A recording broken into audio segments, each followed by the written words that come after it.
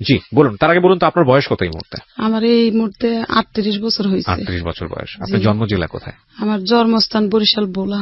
বরিশাল ভোলাতে আপনার জন্মস্থান? আচ্ছা ঠিক আছে, শুরু করেন। আমি ছোটবেলা আমরা 4 বোন 4 ভাই ছিলাম। আমি ছিলাম 4 জনের ছোট। জি। আমার ছোট 2 ভাই 1 বোন, আর আমি 4 জনের ছোট। আচ্ছা। তখন ছোটবেলায় আমার বাবাই মানে একটা দোকান ছিল বাজারে, আমার 2 ভাই আর আমরা 2 বোন মিলে ওই দোকানদারি করতো, চা চু সব কিছু বিক্রি হইতো এটার ভিতরে, বড় দোকান। এমনি এমনি পরে বড় 1 বোন বিয়ে হয়েছে, গেছে শ্বশুর বাড়ি। এইভাবে এইভাবে মানে আরেক ভাই বিয়ে করছে, আরেক ভাই ওরা চলে গেছে শ্বশুর বাড়িতে, 2 ভাই গেছে গা। যাওয়ার পর আমরা ছোট ছোট 2 বোন আর 2 ভাই রাইখা গেছে, ওরা ভিন্ন হয়ে গেছে শ্বশুর বাড়িতে ঘর জামাই। আর বড় বোন বিয়ে হয়েছে বরিশাল, ও বরিশাল থাকতো। আচ্ছা, তার আগে আমি একটু ইন্টারাপ্ট করছি, তুমি কি বসে থাকতে পারবা? তোমার কি খারাপ লাগছে বেশি? একটু পানি খাও তো ভালো লাগবে। মানে এমন তো না যে তুমি, ও কি খাওয়া দাওয়া করে এখন ঠিক মতো? কম করে, খাওয়াই দিলে খায়, নাহলে খায় না। ওই ঘটনাটার পরে একটু ওই গভীর থাকে, গম্ভীর থাকে সবসময়। ওই যে আয়োরা থানায় নিয়ে।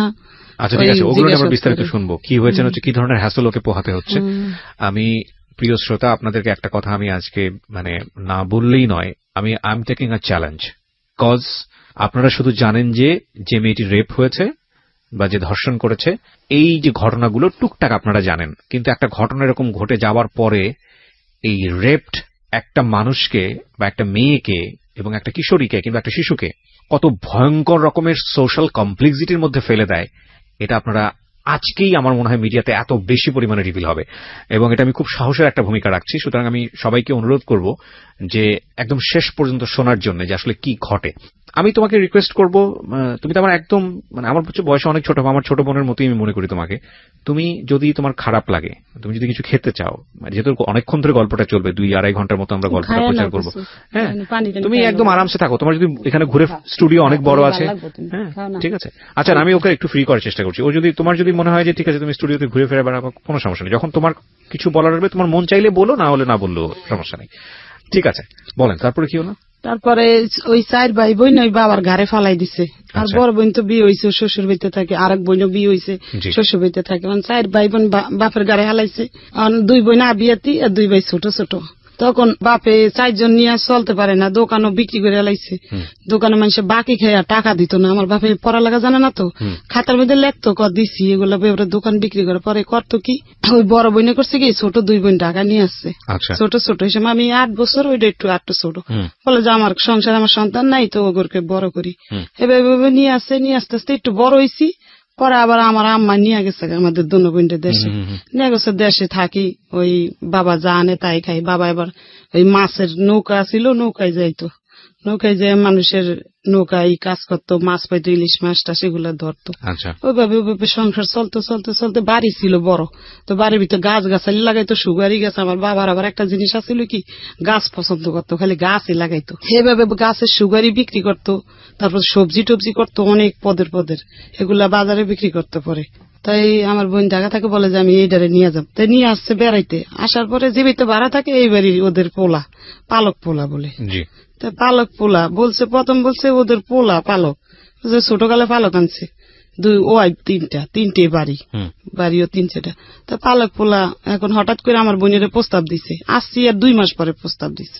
আমার বোনে বলে যে না, ওই ছেলে না, ওনার বয়স হইব 35 বয়স আমার হাজবেন্ডের, আর আমার 12 বছর। বোঝেন, মানে তখনও তো হাজবেন্ড হয়নি? না না না, তখন আপনার 12 বছর বয়স। ওনারও আগে বলে বিবাহ করছিল। ওই হিরোন খাইছে, পরে ওই ওয়াইফ চলে গেছে 2 সন্তান নিয়ে। এগুলো আমাদের কাছে মানে কিছু মানে আমরা জানিও না, কিছু না। তখন ওই 1 সন্তান মারা গেছে, 1 সন্তান বলে ওর মার কাছে আছে। ও আবার ঢাকায় মেয়ে ছিল, ওর স্বামী বাগ থাকতো ওই মেয়েটা। এখন আমার বোনে ভয়তে ঘর ছাইড়া দিছে যে আমরা চলে যাবো অন্য জায়গা, তাহলে আর নিতে পারবো না। রুম ছাড়ার কথা শুনে ওনারা চাল খাটাইছে যে এখন তো চলে যাবো এখান থেকে, মেয়ে তো আমরা পাবো না, আমাদের সাধ্যকের লাগে মেয়ের বিয়ে করার লাগবেই। তখন হঠাৎ করে আমার মানে নিয়ে যাইল আমার বোনের ঘরতে, না তার ঘরে আমি বসে বসে খেলতেছি তার বাচ্চার লাগে। তো বলে যে আসো এদিকে, ডাইকা নিল নিয়া। আর এই কয়দিন আমার মানে অনেক পরামর্শ দিছে যে তোমার ভালো হইব, আমাদের বাড়ি দেখো কত বড়, তুমি আমাদের কাছে থাকবা, আমি তোমার আদর করবো, এরকম বলতো টলতো। তাই আমি অত মানে করতাম না। তারপরে হঠাৎ করে আমার কি নিয়ে গেল ওদের ঘরে নিয়ে হলুদ টলুদ বাটে বাইটা টুইটা আমার শরীরে দেয়তে। এখন আমার বই নাইসা আমার রাগারাই করতেছে, পানি পরাই না খাওয়াইতেছে যে তাবিজ করছে তারা নাকি। পানি পরা কোনো কাজ হয় না, মানে আমি হও কই না নাও কই না, তারা আমার হলুদ মলুদ দিতেছে, দিয়া টিয়া সুন্দর গোসল মোসল করে। তাদের আরেকটা বাড়ি আছে অন্য দূরে, ওই বাড়িতে নিয়ে গেছে, নিয়ে কাজী ডাইকা বিবাহ পড়াইতেছে। মানে আমার ওই আপনার গার্ডিয়ানের পারমিশন ছাড়া গার্জিয়ানের মাথা ফাটালাইছে, আবার আমার বোনের মাথা ফাটালাইছে, বিবাহ পড়াইতেছে। বোনের জামে আবার চাকরি করতেছি অফিসে, তখন মাথা ফাটালাইছে। আমার বোনে তো মাথা বেন্ডিস বেন্ডিস নিয়ে চুপ করে বসে রয়েছে, আর যায় নেই। তখন ওনারা গার্জিয়ান ছাড়া নিয়ে বিবাহ পড়াইছে। বিবাহ পড়াইছে, আমার এই কবুল কইতে বইছে, আমি 3 বার কবুল কইছি, এতটুক জানি। আইসা এখন আমার বোনের সালাম করতে গেছি, সালাম দিতে গেছি, পর আমার বোন একটা লাফ দিয়ে মারছে 2টা, যে এই আমার কাছে আসবি না, তুই যা যা, যারা তোর বুদ্ধি দিছে। আপনার নিজেরও কি ইচ্ছা ছিল? না, আমি কিছুই বুঝতাম না, না যে বিয়া কি জিনিস সেটাই বুঝতাম না। আর ওরা আমার কি করতেছে আমি নিজেও বুঝতাম না, ওরা কি করছে আমার আমিও নিজেও জানি না। তখন লাফতে দিচ্ছে, চলে আইসি ওই শাশুড়ির কাছে। শাশুড়ির কাছে চলে আইসা এখন বলি যে আমার বোনে তো আমার জায়গা দিব না রুমে, বলে যে তুমি আমার রুমে থাকো, পরে একটা বাড়াইটা যে লেগে ওই রুমরা তোমাদেরকে দিব বইলা। পরে আমি ওই রুমে ঘুমাইছি, পরে 15 দিন পরে একটা রুম খালি হয়েছে, বাড়াইটা চলে গেছে। পরে এই রুমটার ভিতরে একটা চৌকি আর একটা ফ্যান আমার শাশুড়ি কিনা আমার ওই ঘরটা দিচ্ছে, আর কিছু হান্ডি পাতি, বলে যে সংসার করো।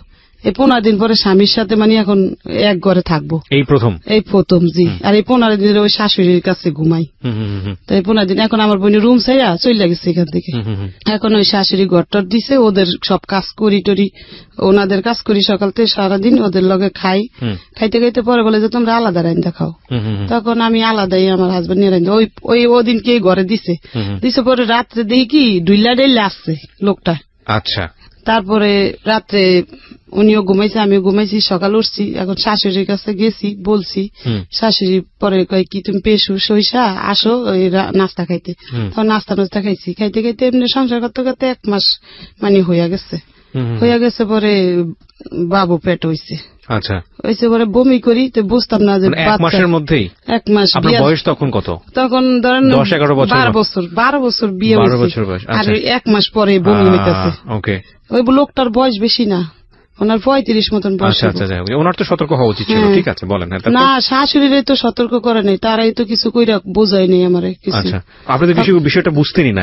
না, তখন মানে বুঝতামই না যে বাচ্চা হইলে আমার ক্ষতি হইব কি ভালো মন্দ। তখন বোন বুঝতে পারছে যে বমি করে কেন। তখন বোন বললো যে আমার কাছে একটু আসবি তুই, মানে দূরের থেকে বোন আদর করে, দূরের থেকে বলছে আমার কাছে একটু আসবি। আমি বলি কেন, বলে আসে দিকে গেছি। পরে একটা কাঁচা আনারস নিয়ে কাইটা খাওয়াইছে, এটা আবার আরেকটা বাড়াইটা দিয়ে খেলাইছে। দেখে শাশুড়ির কাছে বললা দিছে, শাশুড়ি হাজবেন্ডের কাছে বললা দিছে। তো রাইতের বেলা ওই নিশা খাইয়া আমার বোনের পুরা কাপড় চোপড় মাথায় উঠাইয়া বকাবকি স্টার্ট লাগাইছে। ওকে, আমরা এখান থেকেই ফিরবো প্রিয় শ্রোতা। একটা ছোট্ট বিরতি নিচ্ছি। আপনারা শুনছেন প্রাণ মিস্টার ম্যাঙ্গো ক্যান্ডি প্রেজেন্টস জীবন গল্প। আমি আরজি কিবরি আপনার সঙ্গে রয়েছি। এখানে আমি একটা কথা অবশ্যই আপনাদেরকে প্রথমে বলেছি, আবারও বলছি, আজকে মূলত 10 থেকে 11 বছরের আসমার একটা কন্যা সন্তান, সে ভিকটিম, সে রেপড, তাকে নিয়ে স্টুডিওতে সে এসছে, এবং এটা হয়েছে 2018 সালের নভেম্বরের 8 তারিখে। এরপরে ওখানকার স্থানীয় পত্রিকা এসছে, একটি টেলিভিশন এটা নিয়ে রিপোর্টও হয়েছে। বিষয়টি এখন মামলাধীন অবস্থায় আছে। আমরা এই অবস্থাতে ওনার জীবন গল্পের যেই পার্টে ওনার এই শুধু এসে বকাবকি করছে, বা আপনার হাজবেন্ড? হ্যাঁ, শাশুড়ি এসে বকাবকি করছে, হাজবেন্ড আমার বোনের বকাবকি করছে, তাই আমার বোন সইরা চলে গেছে। এখন এমনি বাচ্চা পেড়ে 9 মাস হয়েছে। তখন মানে আমার বাচ্চা হইব আজকে ডেলিভারি, শাশুড়িরা দায়টাই নিয়ে আসছে, নিয়ে এসে আপনি বাড়ির সঙ্গে যোগাযোগ করেন? না, আমার বাবা মা কেউ আসে নাই, কেউ জানার পরেও আসেনি? না, কেউ আসে নাই। তখন দায় আনছে, ওই সারা রাত আমার শাশুড়ি আমার কাছে ছিল, আর একটা বাড়াইটা এরকম মানে থাকবো ওরকম প্রস্তুতি নিচ্ছে তারা। তখন একটা বাড়াইটা ছিল ভালো। কোন এলাকার ঘটনা এটা? এটা আমি দোলাইপাড় থাকতাম তখন। দোলাইপাড়, ঢাকার দোলাইপাড়? ঢাকা দোলাইপাড়। ওনাদের নিজেদের বাড়ি? ওনাদের নিজের বাড়ি। আমি তো ওনাদের পালক ছেলের বউ, বুঝেন না? পালক ছেলের বউ ছিলেন আপনি। আচ্ছা, তারপরে? হ্যাঁ, তারপরে আমার প্রথম সন্তানই কি সেই সন্তান? ওই হচ্ছে সে, মানে বড় মেয়েটা? আরেক ছেলে। ও, আরেক ছেলে আছে আপনার? তাকে নিয়ে আসেননি এখানে? ওর বয়স কত? ও এখন বড় হয়েছে, বিবাহ করছে, 21 বছর হয়েছে। ও ছেলের। ওই 21 বছরের ছেলের গল্প বলছেন আপনি? সম্পর্ক নাই। আচ্ছা ঠিক আছে, সেই গল্প হয়তো ধারাবাহিক ভাবে আসবে। তখন মানে একটা সাইডে বাড়াইটা ছিল ভালো, বলে যে এখন যাই ওর বোনের কাছে অনুরোধ করে নিয়ে আসি ওর বোনের। তখন বলে যে এই ছোট মানুষের পেটে বাচ্চা হয়েছে, বাচ্চা হইতে দিলে তুমি মারাও যাইতে পারে কি, তো তুমি আমার বোনের অনুরোধ করে নিয়ে আসছে, পায়ে হাতে দুইটা যে আস তুই একটু ওরে দেখিস। তখন আমার বোন চলে আসছে, আর থাকতে পারে নাই। আইসা সারা রাত আমার সাথে ই করছে, সকালবেলা আমার ওই ছেলে বাচ্চা হয়েছে। হয়েছে পরে আমার হাজবেন্ড মিষ্টি মিষ্টি না খাওয়াইছে করেছে সবাই। খাওয়ানোর পরে আমার হাজবেন্ডের মানে বাবা মা কোথায় আছে কি আছে আমরা কিছুই জানি না। আসল বাবা মা নাই বলছে ওনারা, কোনো ভাই বোনও নাই মনে হয়, এরকম কেউই নাই মনে হয়, এরকম জানি। তারপরে খাওয়াইছে, আস্তে আস্তে একটু বাবুটা 5 মাসের হয়েছে। আর হঠাৎ করে ওই রাস্তায় মারামারি করছে, ওই ওষুধ কোম্পানির 2টা লোকে মারামারি করছে। ওই ছেলের বয়স 5 মাস, মারামারি করছে। পরে ওনারা ধরাই দিছে ওই মালিকে, মানে আরেকজন ভাই এরকম পালক আর একটা ছেলে মারামারি করছে, ধরাই দিছে পুলিশ দিয়া। আমার হাজবেন্ডে ধরাই দিছে, আমি জানি না। তো এই নাইট গের এসে বলে যে সালমা তোমার এই হাজবেন্ডে তো ধরাই দিছে তোমার শ্বশুরে। পরে আমি কি করবো আর জানি না, সকালবেলা হয়েছে। এখন বলে যে আমার শ্বশুর ডাইকা নিয়ে বলে যে তুমি আমাদের ঘরে খাওয়া দাওয়া করবা কিন্তু।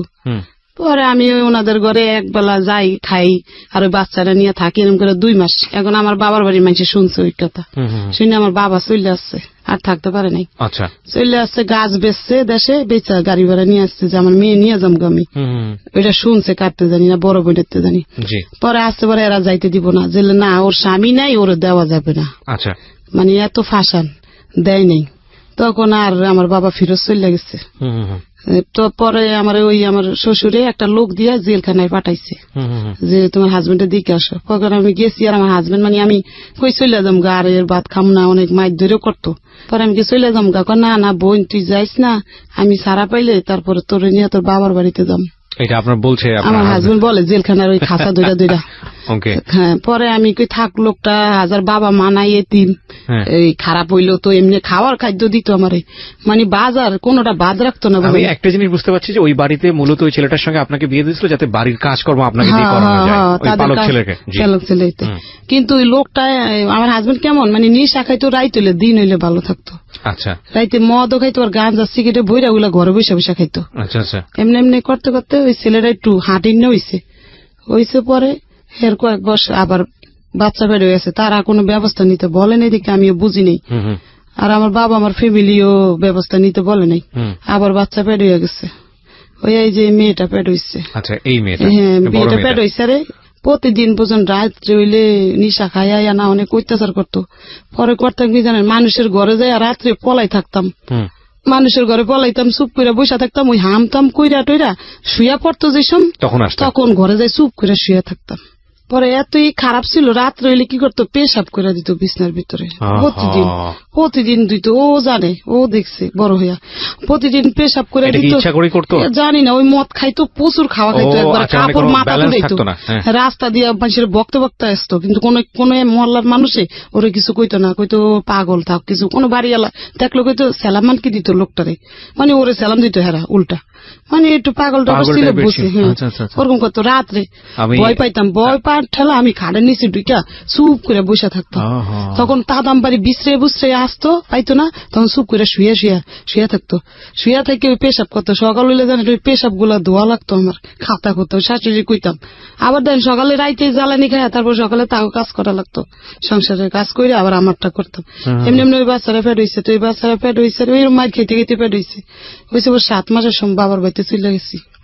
যে এখন আমার বাচ্চা হইব, যদি মইরা যায় বাচ্চারা, তখন বাবার বাড়িতে গেছে। বাবা মা যত্ন করে ওই মেয়ে অনেক কষ্টতে 1 মাস পরে। আরেকবার একটু বলে রাখি প্রিয় শ্রোতা, উনি 3 সন্তান নিয়ে এখানে এসেছেন। যে বড় সন্তানের গল্প বলছিলেন, ওই বড় সন্তানের বয়স এখন 21 বছর, এবং ওনার সঙ্গে ওনার ব্যক্তিগত আর কোনো সম্পর্ক নাই।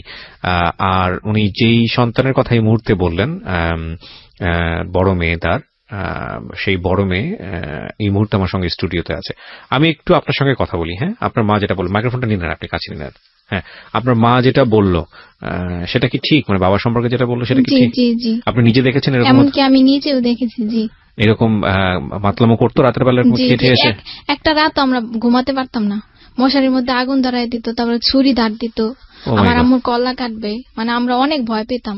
একটা রাত ঘুমাতে পারতাম না ঠিক মতো, মানে আমার যতটুকু মানে জ্ঞান হওয়ার পরে আমি যতটুকু আমার মনে আছে ওই ঘটনাগুলো, রাত্রের ঘটনাগুলো 4-5 মাসের বছরের ছিল, 5 বছর 6 বছরের ছিল, নিয়ে গেছি।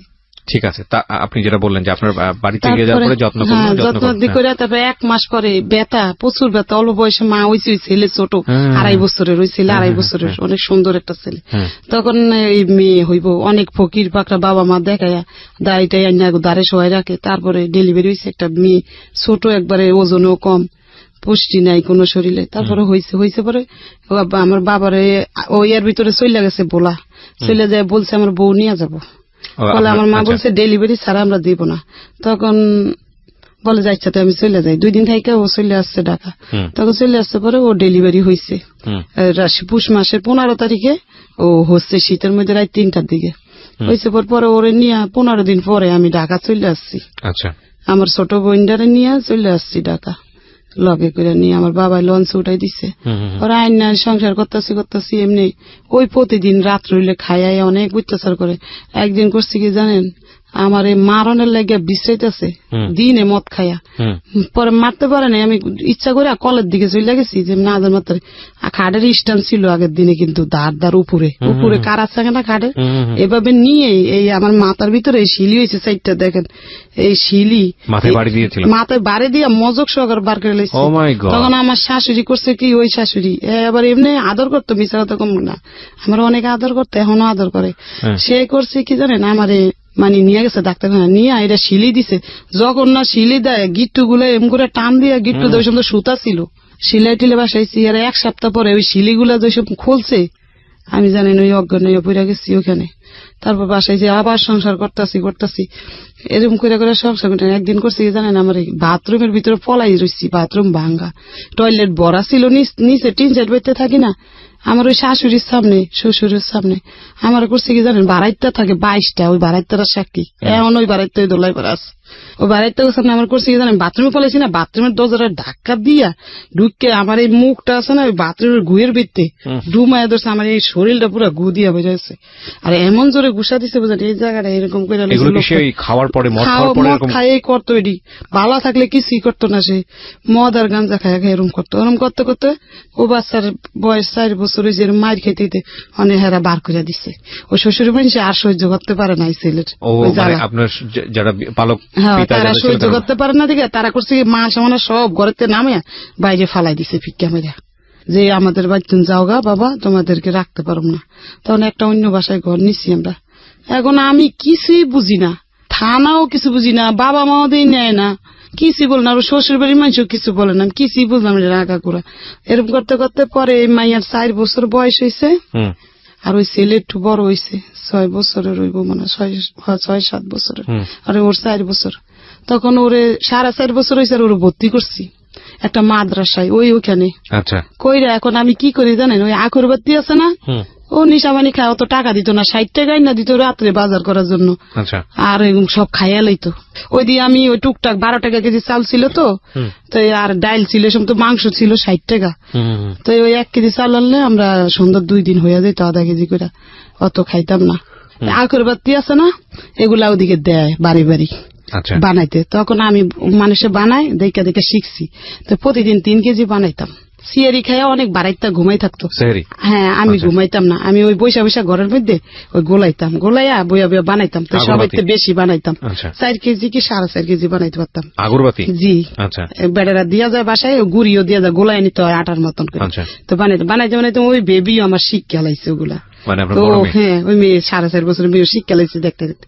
তো ও একবার মতন বানাই দিত আমারে, যেরকম বানাইতাম মাইজি ওরে ভর্তি করছি একটা মাদ্রাসায়। আর ওই 4.5 কেজির মতন বানাইতাম, কোনদিন 3 কেজি বানাইতাম, বানাই রাখতাম, পরে লোক আসলে নিয়ে যেত, এক লোকে 1000, 1200। কত টাকা পাওয়া যেত? 1500-1200 এরকম পাইতাম 10 দিন 15 দিন পরে। 10 দিন 15 দিন পরে? হ্যাঁ, 10 দিন পরে। বহুত কঠিন। হ্যাঁ, কঠিন অনেকগুলা, এতগুলা হইতো 1 কেজি। ওগুলা রাস্তায় সুগার লাগতো, মিল্লা সুগার পরে আবার বাইন্দা রাখতাম, লোকটা নিয়ে দিত। তো এই 10 দিন 12 দিন পরে 1500-1200 টাকার মতন আইতো। আইলে আমার কাপড় চোপড় আমি নিতাম নিজেরটা, ও বাচ্চারে কিছু দিতাম, দিয়ে বাচ্চা মাদ্রাসায় ভর্তি করছি। করার মনে 2 মাস কি 4 মাস পরে হিরণ ধরছে। এখন ওই পাকঘরে বসে খাইতো কত অন্য মানুষের সাথে, আপনার জামাই। তখন হিরণ ধরছে পরে, এখন আমি বুঝি না যে ও কি খায়, এটা খায়াটা ঘরে যাই চুপ করে দমন ধরে শুয়ে থাকতো। এখন আর আমার সাথে ওই মারামারিটা কম করতো।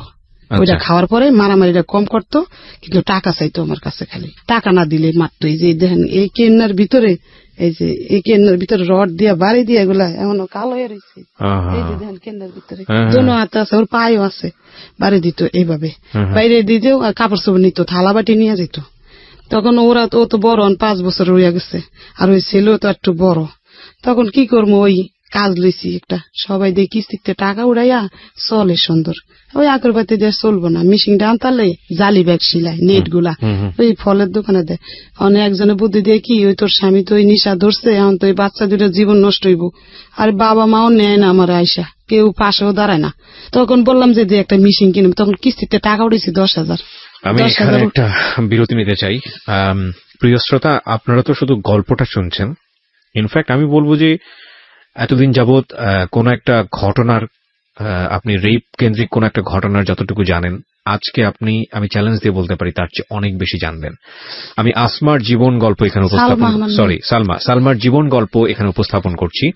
সালমার 2 মেয়ে 2 ছেলে, আজকে এখানে 3 সন্তান উপস্থিত।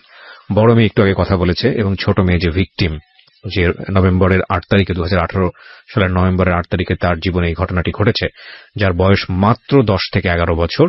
ক্লাস 5-এ পড়া অবস্থায় ঘটনাটা ঘটে, এবং সে পরবর্তীতে পরীক্ষা দিতে পারেনি, এবং এটা নিয়ে মামলা হয়েছে। সে কথা বলবে আজকে সময় পেলে। আপনারা যদি ওদের ফেসটা দেখতে পারতেন, বিশেষ করে যে মেয়েটা ভিকটিম হয়েছে, ওর যদি ফেসটা আমি দেখাতে পারতাম। আমি দেখাতে পারবো না, কারণ সামাজিকতার জায়গাটা থেকে আমাদের সমাজের কিছু সীমাবদ্ধতা আছে। আমিও নিজেও কখনো দেখিনি, টু বি অনেস্ট। আমি এত জীবন গল্প প্রচার করেছি রেডিওতে, এত ভয়ানক রকমের জীবন গল্প প্রচার করেছি, এত এক্সট্রিম লেভেলের, কিন্তু আমি কখনোই এই ধরনের সিচুয়েশন ফেস করিনি। আজকে শেষ পর্যন্ত শুনবেন আশা করছি, ধৈর্য ধরে শোনা উচিত, কারণ আমি বিশ্বাস করি প্রত্যেকটা মানুষের মধ্যে একটা করে পশু বিরাজ করে, এবং সেই পশুটা যদি কোনো কারণে শক্তিশালী হয়ে অ্যাক্টিভ হয়ে যায়, তাহলে ওই মানুষের দ্বারা ভয়ানক রকম কাজ সম্ভব। এগুলো আমরা ধীরে ধীরে কেমন যেন সেই আইএমএ জাহিলিয়া যুগের দিকে আবার চলে যাচ্ছি। কোনো কিছুই অবিশ্বাস্য মনে হয় না। তবে আমি বিশ্বাস করি এই ঘটনাটা যারা আজকে আগাগোড়া শুনবেন, তারা নিশ্চয়ই এই কালমা। তারপরে আমি একটা সেলাই মেশিন কিনি, কিস্তির টাকা 4বার টাকা জমা দিলে ওরা টাকা দেয় 10,000, ওই সুতলাপুর এই কিস্তির অভিশক্তি। তখন 10,000 টাকা উড়াই একটা সেলাই মেশিন কিনি, যায় সদরঘাট থেকে কিনে, ওই নেট ব্যাগ গুলো এখন সিলাই 100 সিলাইলে আপনার 10 টাকা। এরকম প্রতিদিন 1000 সিলাইতে হইব, পাও দিয়া তোর 1000 সিলাইতে পারব না। তখন একটা মোটর কিনা নিলাম 500 টাকা দিয়া, কিনা লাগাইয়া এখন সিলাই আমি, ও বাস করে। আর ওই ছেলে পড়ে না, ক্লাস 1-এ ভর্তি করছি, 2 উঠছে, পড়ালেখা করতেছে না, খালি খেয়ালে বাচ্চা কাচ্চার লগে, ওই বাবার মতন, বুঝছেন, খেয়ালে খেলতেছে না। আর ও মেয়ে পড়ে মাদ্রাসায়, তখন মাদ্রাসায় পড়তে পড়তে ওরম নিশা খায়, এলাকার সবাই ওরে চিনে। কে নিশা খায়? ওই হাজবেন্ড খায় নিশা। এলাকার সবাই চিনে, ওর ছোটতে, এই এলাকা 5 বছর চিনলে তখন চিনে, এটা তার মেয়ে। ওর মাদ্রাসায় মানুষের খারাপ কথা বলে। কি বলতো মনে আছে? মনে আছে? একটু বলো তো তুমি। তুমি করে বললাম, একটু বলো। বলে যে হিরণচির মেয়ে, এই সমস্ত কথা বলতো, আমার অনেক খারাপ লাগতো। তখন আমি করুম কি, ওইখানে থাকিও না আপাতত। পরে ওই মাদ্রাসায় বেতন দিতে পারতাম না, ওই জালি ব্যাগ দিয়ে যা পাইতাম ওদিকে ঘর ভাড়া দিম নাই, কিন্তু একটা বাড়িতে 3 সেট ভাড়া গেছি। ও পাইতে আমার মিশিংটা নিয়ে যাইতে ধরছিল। পরে এলাকার লোক আছে ভালো নেতা, ওর রাস্তার মধ্যে কাইন্দা পড়ছি। আমি কি, কাকা মিশিংটা নিয়ে যাবো, আমার টিভিটাও নিয়ে গেছে ঘরের থেকে, আবার ওর সাপারের ছোট গুলো নিচ্ছে, কারণ আমার আছে গেলে মিশিং আর একটা খাট আছে, আর কিছু নেই ঘরে। আর ওই হান্ডি পাতিল কটা আছে আমাদের, আর কিছু নেই। ও মিশিং এর মাথা নিয়ে যাবো, আমি এমন গ্যারান পাইতেছি। আর আমি ওই জালি ব্যাগ সিলাই মানুষের বাসায় দিয়ে আসি, আবার নিয়ে আসি। আর ও দেখছে কিভাবে খায়, ওরা জিজ্ঞাসা করেন। দেখছেন? তুমি কি দেখেছো তোমার বাবা তোমার সামনে নেশা করতো? কি করতো বলো তো একটু। উনি কি বেঁচে আছেন? বেঁচে আছেন? না, এখন নাই, মারা গেছেন। আল্লাহ তাকে ক্ষমা করুক। আমি মৃত ব্যক্তি সম্পর্কে কখনোই এরকম কিছু বলাটা প্রয়োজন না এবং উচিত না। আমি তবুও বলি, একটা মানুষ যে কর্মটা রেখে যায় দুনিয়াতে, সেটাই মনে করে। তবে আমি তার জন্য দোয়া করি অন্তর থেকে, যে আপনাকে আল্লাহ নিশ্চয়ই ক্ষমা করুক, আমি এটুকু বলতে চাই। তবে আজকে আমি গল্পের প্রেক্ষাপটে আমি ঘটনাগুলো তুলে নিয়ে আসছি, ওনাকে আমি অ্যাকিউজ করছি না। কারণ আমি বিশ্বাস করি, মনে প্রাণে বিশ্বাস করি, যে ওই মানুষটাকে যদি আজকে আমি আমার এই অনুষ্ঠানে আনতে পারতাম, তিনি তার সমস্ত খারাপ কাজের পেছনে হয়তো কোনো যুক্তি দাঁড় করাতেন। তো সেটা তো সম্ভব নয়, কিন্তু যে কোনো কাজই আমরা করি না কোনো পরিবারের সদস্যদের উপর সেটার একটা ভয়াবহ ইম্প্যাক্ট পড়ে, যেটা পড়েছে, এবং যে কারণেই কিন্তু আজকে ওরা স্টুডিওতে। হ্যাঁ, কি হতো একটু বলো তো। মানে ঘরের মধ্যে মোম জ্বালাতো, হ্যাঁ, মোম জ্বালিয়ে পয়সা দিয়ে মানে মুখ দিয়ে কি যেন একটা। তুমি তোমার বাবাকে বলতে না যে বাবা এটা করো না? আমি আমার বাবাকে অনেক ভয় পেতাম, কারণ আমার বাবা সবসময় আমি দেখেছি যে আমার বাবা শুধু মানে মারামারি করে, আমার আম্মুর উপর অনেক অত্যাচার করে। আচ্ছা, এই যে আমি আমার আম্মুকে মারলে আমি আমার বাবার পা ধরতাম যে মেরো না, আমার মাকে মেরো না। মানে উনি ছুরি দাঁড় দিত ঘরের মধ্যে, মশারির মধ্যে ম্যাচের মানে আগুন মানে ধরিয়ে দিবে, এই পর্যায়ে মানে বাড়াইতে ডাইকে আনতাম, বাড়াইতে পরে থামাইতো, ছুরি ধার দিত, অনেক বড় বড় ছুরি ধার দিত উনি। খুঁড় নিত, জবা করবো রাত বেলা মানুষের ঘরে হাত তুলতো না, আমার গায়ে হাত তুলতো, শুধু আমার মার গায়ে হাত তুলতো। তোমার সাথে কেমন ব্যবহার করতো বাবা হিসেবে? দিনের বেলা ভালো থাকতো, কিন্তু রাত্রে তো ভয়তে তো এক কোনায় থাকতো, দুই বাচ্চা মশারির কোনায় বসে থাকতো দুজনে, মানে বড় ভাই আরো। তখন তো এই যে আপনার না, এই সংসার তো আমার অনেক পরে হয়েছে। ঠিক আছে, বলেন। তখন এই এরকম করতে করতে পরে হঠাৎ করে এখন মিশিং দিয়ে আছে, ওই লোকটার বললাম, তখন ওই লোকটার বাড়ি লিরে বলছে যে ওর হাজবেন্ড রে এখান থেকে বার করে দিতেছি, আর এখানে আসবো না, জায়গা দেব না। তখন আমি ও গেছে কাজে, আমি চুপে বাড়ির সাথে শেয়ার করে রুমটা ছাইড়া দিছি, দিয়ে আমার দুই বাচ্চা নিয়ে একটু দূরে চলে গেছি আমি, ওখানে বাসা নিছি, নিয়ে ওখানে থাকি। ও কে ভাবে জানি গেরান পাইছে, ওখানে চলে গেছে। যায় আমি দরজা খুলি নেই, জানলা দিয়ে বলে যে আমার প্লেট দে, আমার বালিশ দে। তখন আমি জানলা দিয়ে প্লেট দিছি, বালিশ দিয়ে দিছি। আমার হাত ধরে এইভাবে মোচর দিছে, হওয়ার মতন না, মানে জানলা দিয়ে পারে না, আমার মারবো এখন আইসি কে ওর সঙ্গে। তখন আমি দিয়ে দিছি, ওরা বড় মাদ্রাসায় যায় আসে, এখন ওরে কোথায় রাখবো আমি, কই যাব না যাব। ওরা কি দেয় জানেন, বাড়িওয়ালার ভাড়া দিতে পারি না, দেখে মিশিংটা বিক্রি করে লাইছি। এখন দিয়ে মিশিংটা দিয়ে কাজ করে খাইতাম। গেছিলাম মোহাম্মদপুর, বড় ভাই থাকে, বড় ভাইয়ের কাছে গেছি টাকার লাগিয়া। বড় ভাই বলে যে তুই আর কয়দিন পরে আইলে আমি কিছু দিতাম, তো তোর বাবির লেগে দেশে টাকা পাঠাই দিছি, এখন তো আমি দিতে পারম না বোন। তো চলে আইসি। মেজো বোনে এই সময় একটা ব্যাংকে চাকরি করতো, মেজো বোনের কাছে কইলাম, ও কয় কি আমার ব্যাংকে টাকা থুইছি, উঠান যাবো না, মানে দিব না।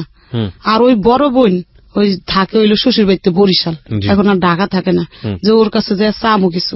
তারপর ও হঠাৎ করে ঢাকা আসছে, আসছে পর ও বলে যে আমাদের বাসায় এসে খাইস। তো কয়দিন খামো, ওদের বাসা দুইটা বাচ্চা লেবো, যেন ওরা তো বাচ্চা কাচ্চা আছে, স্বামী আছে, ওরও 3-4টা বাচ্চা হয়ে গেছে। তখন এই মেয়েরে বললাম কি তুই ওই তোর দাদি গো বাড়তে একটু থাক, আমি দিই আমার বোন ছোট বোনের লগে যে কাজ কাম কিছু করতে পারিনি, কইয়া মিশিংটা বিক্রি করে বাড়িওয়ালা ভাড়া দিয়ে দিছি। দিয়া এখন 4 দিন ধরে আমাদের ঘরে একটা টাকাও নাই, আমি কিছু করতেও পারতেছি না। কাজের লেগে যাত্রা বাড়ি যাই যে ঘুরি গার্মিছে, কিন্তু নিতে চাই। আমার এমন করতে করতে বুঝেন একটা স্যান্ডেলও নাই আমার পায়ে, এই খালি পায়ে যাত্রা বাড়ি গেছি, আবার আইসি। শুনেন, আইসা 3টা বাড়াইতার কাছে বলছি, বাড়াইতারা অনেক বড় লোক, আর একটা কেমন ওই যে শ্বশুরের মাইয়া, আরো বড় লোক বুঝুন বাড়িওয়ালা। কইছি কি আমার একটা জুতা থাকলে দেও, আমি খালি পায়ে হাঁটতেই না, ঠোসকা করে আছে পায়ের মধ্যে, হাঁটতে হাঁটতে গার্মিছে টোকাই কাজ। তো বাচ্চা দুটা রেখা, তখন ওনারা জুতা দেয়নি। তখন আইসা ওই যে শাশুড়ি বিয়া করছে তার কাছে চাইছি, তার আবার কষ্ট বুঝেন, তার স্বামীও তার খরচ পাতি জানা, সে একটা বাড়িতে ভাড়া থাকে, তার বাড়িঘর ভাঙ্গা, 3-4 বাড়ি ভাঙ্গা লাগছে। তখন সে কি করবো, তার মেয়ে কলেজে পড়ে, তার মেয়ের একটা পুরান জুতা কয়টা নিয়ে আসিলে লগা, তখন ওই জুতাটা নিয়ে একটু মুসি দিয়ে সিলাই, ওটা পিন্দা যাত্রা বাড়ি একটা মিক্সি শিলানের ওই জায়গায় কাজ নিছি। ও টাকা দিব মাস শেষ হইলে, ডেলির টাকা দিব না। 4 দিন ধরে ও বাচ্চা দুইটা না খাইয়া জানেন কান্না করতেছে, ওরা নাকে একটা চুঙ্গি ছিল, ওইটা জুতা বিক্রি করে। ওনার আবার আমার আবিয়াতে কালেতে চিনে, ওই এলাকায় থাকে। তারপর বিয়ের আগে তো এগো ঘরে যাইতাম আমরা খেলতে খুলতে, হ্যার ছেলের লাগে তো হেরা চিনে। আমি কই কি নিজামের আম্মু আমার নাকের চুঙ্গিটা রেখে আমার কটা টাকা দাও। কয় কি কে, আমি কি ওই 2 বাচ্চা না খায়া মরতাছে, ও তো জানে ও মুখের বউ, আমি সব চিনি, আমার হাজবেন্ড সবাই বলে। তারা পানি বাঁচছিল, ওইটা দিছে, 2 বাচ্চারে খাওয়াইছি। আমার বলে তুই খা, আমি না আপা আমার পেটে বাদ যায় না, আমি খাম না। আর ও তো হিরোন খাইয়া খেয়ে রাস্তা রাস্তা ঘুরতেছে। পরে করছি কি নাকের চুঙ্গিটা তাদের কাছে বেচছি 200 টাকা, বেচছে ওই চাল পাত বাজার ভাত আইনা কয়দিন খাইছি। খাইয়া এখন ওই যে আগে তো উঠাই না কাপড় টাপড় ছিল, আমার ঘরে কাপড় পরতাম, তো এই 3-4টা কাপড় ছিল, আর একটা রেডিও ছিল ঘরে, ওটা দেয়নি ওই হিরোন ছিঁড়ে। আমি ওই রেডিওটা বিক্রি করছি একজন তারে, বেচছে আবার কয়দিন চলছি। এরকম কথা তুমি মাস্টার বেতন পাবো, মানে এই মাসটা এমনি চলতেছি। আর আবার 4টা কাপড় ছিল, কাপড় 4টাও বেচছি, বেচে এমনি করছি। কইটা দিয়ে কি বেতন পাবো, মাস শেষ কি এমনি চলুম চলতে, ঘরের জিনিসপত্র সব ওই বাড়িওয়ালারে দিয়ে দিছি। যেমন আমি ঘর ভাড়া বাজাইলে তো আমি দিতে পারবো না, দিয়ে আমার ছোট বোনের কাছে গেছি গা। আর ও মাইয়া ওই দাদির কাছে দিছি মাদ্রাসা হেদের বাড়ির কাছে। আর ছোট বোনের কাছে যেমন 2 মাস জায়গা থাই, ওই মাইয়া ওদের কাছে থাকে, ওরা যা দা খায় থাকে। আর ওই ছেলেও ওদের কাছে, দোনোটা ওই শাশুড়িরা নিছে দায়িত্ব যে কয়দিন থাকুক, তুমি নিজের পায়ে দাঁড়ায় পরে নিয়ে যাও। তো এইভাবে থাকতে থাকতে পরে বড় বোনে বলে যে এরকম করে চলবি কয়দিন, তো আমার কাছে এসে থাক। তখন ওর সামনে একটা রুম নিয়ে দিছে, দিয়া বলে যে তুই এখানে থাকি একটা কাজ কাম করে ওরা আমি দেখুম, তুই চলিস। এইভাবে করতে করতে পরে ওই মেয়েটার আর ভর্তি করতে পারিনি ওইখানে যায়া। এখন ওই মাদ্রাসাতে মানুষের খারাপ কথা বলে, আবার হুজুরা বলে যে তুমি বেতন নিয়ে আসো না, বলে দেখে ও পড়ার থেকে নিয়ে গেছি, নিয়ে ওই বোনের কাছে থাকি। তখন ওইখানে বইনে ভর্তি করে দিছি, স্কুল ড্রেস বানাই দিছে বড় বোনে। তো বড় বোনটা একটু আদর করতো, তো এই বড় বোনের কাছাকাছি রাখতে রাখতে ওই বড় বোনের জামাই তো পিছলইছে যে ওর আমার সাথে মানে দুষ্টামি করতে চায়, ওর মানে বেকায়দা শৈলে মিলে বর্ষ করতে চায়। ওর 3 সন্তান, 3 সন্তান, ছোট ছোট আর বেশি বড় না। তখন বোনেরা বলি নেই এরকম যে কয়টয়, বলে যে চুপে বলে রাস্তায় তুই আমার কাছে বিপদ বললে আমি কন্ট্রাক্টারি করে পয়সাও ভালো কামাই, টাকা বোঝান প্রতিদিন অনেক টাকা আনে, কিন্তু আমি আমার বোনের কাছে শেয়ার করিনি, আজ পর্যন্ত বলিনি এই কথাগুলো, আজকে প্রথম বলতেছি। তখন বলি যে না এনে থাকলে আবার বোনের ঘরও দেখি মারামারি করে হাসবেন, বাচ্চা ঘরও মারে, বোনেরও মারে, বলে যে না এনে থাকুম না। তখন ওইখান থেকে সইরা আলাদা একটা বাসা নিছি, 3 সাইড নিয়ে এখন কাজে লাগছি যাত্রাবাড়ি। মেক্সি সেলাই, রেডিমেড মেক্সি 5 টাকা করে পিস দিব। পরে সিলাই পেটিকোট মেক্সি সিলাইতে ওই টাকাটা দিয়ে ঘর ভাড়া দেই, মাস শেষ ওদের 2টারে খাওয়াই। এর মধ্যে আমার বাবার কাছে বড় বোন ফোন দিছিল যে সালমা কিভাবে খাইবো। বাবা বলে যে ওর কাছে সেলাই মেশিন আছে না, ওইটা দিয়ে খাইতে পারে না, এই কথা বলছে। শুনি না মনে কষ্ট লাগছে বুঝছেন। পরে কই বাবা মাকে দরকার নাই, বাবা বাচ্চা আছে ওই সময়। তখন বাইরে তো আর খোঁজ নেই, আর কেউ নাই খোঁজ নেয় না। তখন কি করবো, ওই জায়গায় বাসা নিয়ে থাকি। হঠাৎ করে আমার এত অসুস্থ হয়ে গেছি, কাজ করতে করতে বুঝেন, বিছানার লগে লেগে গেছি। লাগার পরে ওই 2টা লোক, আমার বাবা আবার বোলার থেকে বাড়ি বিক্রি করে নোয়াখালী বাড়ি করছে, করার পরে ওই লোক 2টা আমাদের বাড়ির লোকের এই ক্যান্টনমেন্ট চাকরি করে, আর্মি ক্যান্টনমেন্ট সিপিএল চাকরি করে। তখন ওরা মানে আমাদেরকে চিনে, তাই শুক্রবারে বিকেলে আর্মিকে বন্ধ থাকে, তো ওরা 2জন আমার বোনের বাসায় আসতো, বোনের জামাইয়ের লাগে কথাবার্তা বলতো। আমারে বললো যে তুই কি করস, আমি এরম করি ভাই, কিভাবে চলবো 2টা বাচ্চা নিয়ে। বলে যে তোর ছেলেটারে আমাদেরকে দিয়ে দেয় ক্যান্টনমেন্টের মধ্যে, ও টুকটাক আমাদের সাথে করবো টরবো থাকবো। তো ছেলেটারে ওরা নিয়ে গেছে ভিতরে। তো নিচে পরে 1 দিন 2 দিন ওরকম দেখছে, ওই ওর বাবা দেখছে, দেখে বলে যে একে বলেন আমার বোনের ছেলে। মানে আপনার সেকেন্ড হাজবেন্ডের কথা বলছেন আপনি? ওকে, আমার বোনের ছেলে। তখন আপনার প্রথম হাজবেন্ডটা কোথায়? প্রথম হাজবেন্ড ওই রাস্তা ঘুরে খায় টায়, নিশা পানি। আপনার সঙ্গে যোগাযোগ নেই? না যোগাযোগ নেই, 2 বছর হয়েছে এখন যোগাযোগ নাই। এখন একদিন দেখছি রাস্তায়, ডিভোর্স হয়নি কিন্তু যোগাযোগ নেই? না ডিভোর্স হয়নি, আর ওর সাথে আমার কাবিনও হয়নি, এমনি বিবাহ দিচ্ছে, মানে মৌখিক ভাবে দিচ্ছে তারা। তখন ও একদিন দেখছি রাস্তায়, দেখছি নাক মুখ একবার ফুলা, পাওয়াত ফুলা প্রচুর। এই আমার বড় বোনের জামাইয়ের কাছে যায়, কইতাছে দুলা ভাই আমি 3 দিন ধরে খাই নাই, আমার কটা ভাত দাও। তো আমার বোনের হোটেলে নিয়ে বলে ভাত বুত খাওয়াই পাঠাই দিচ্ছে। আমাদেরকে অনেক বিশ্রায়, সে পায় না, তন্ন করে পাইলে তো আমাদের মারবো, হ্যাঁ। তো পায় না দেখে ও বিশ্রায় দিচ্ছে, ওই দোলাইফার ফুইরা থাকে, রাস্তাঘাটে ফুইয়া থাকে, আর মানুষের ওইটা চুরি করে। তখন ওই ঘর নিয়ে থাকি ওই লোকটা বলছে যে তো চল একদিন তোর বোনেরে দেখতে যাবো। তো আমারে দেখতে আসছে, দেখতে আইসে, একদিন দেখছে, দেখে চলে গেছে। গিয়া ওনার রেশন পাইতো 20 কেজি চাউল আর 15 কেজি আটা। এই রেশনটা ওই লোকটারে দিয়ে আমার বাসায় পাঠাইছে। 3 মাস রেশন পাইতো। মানে সে কি আর্মিতে ছিল? আর্মিতে ওই সময় সার্জেন্ট ছিল। হ্যাঁ সার্জেন্ট ছিল। দেওয়ার পরে একদিন আবার আসছে আমাদের বাসায়, মিষ্টি নিয়ে আসছে। নিয়ে আসে আমি আর ওই আমার ওই ভাইটা দেশের, ওনার সামনে আসছে, আরেকটা ভাইও আসছে, 3 জনে আসছে। 3-4 একটা বাড়িতে অনেক বাড়াইতা ও বাসায়।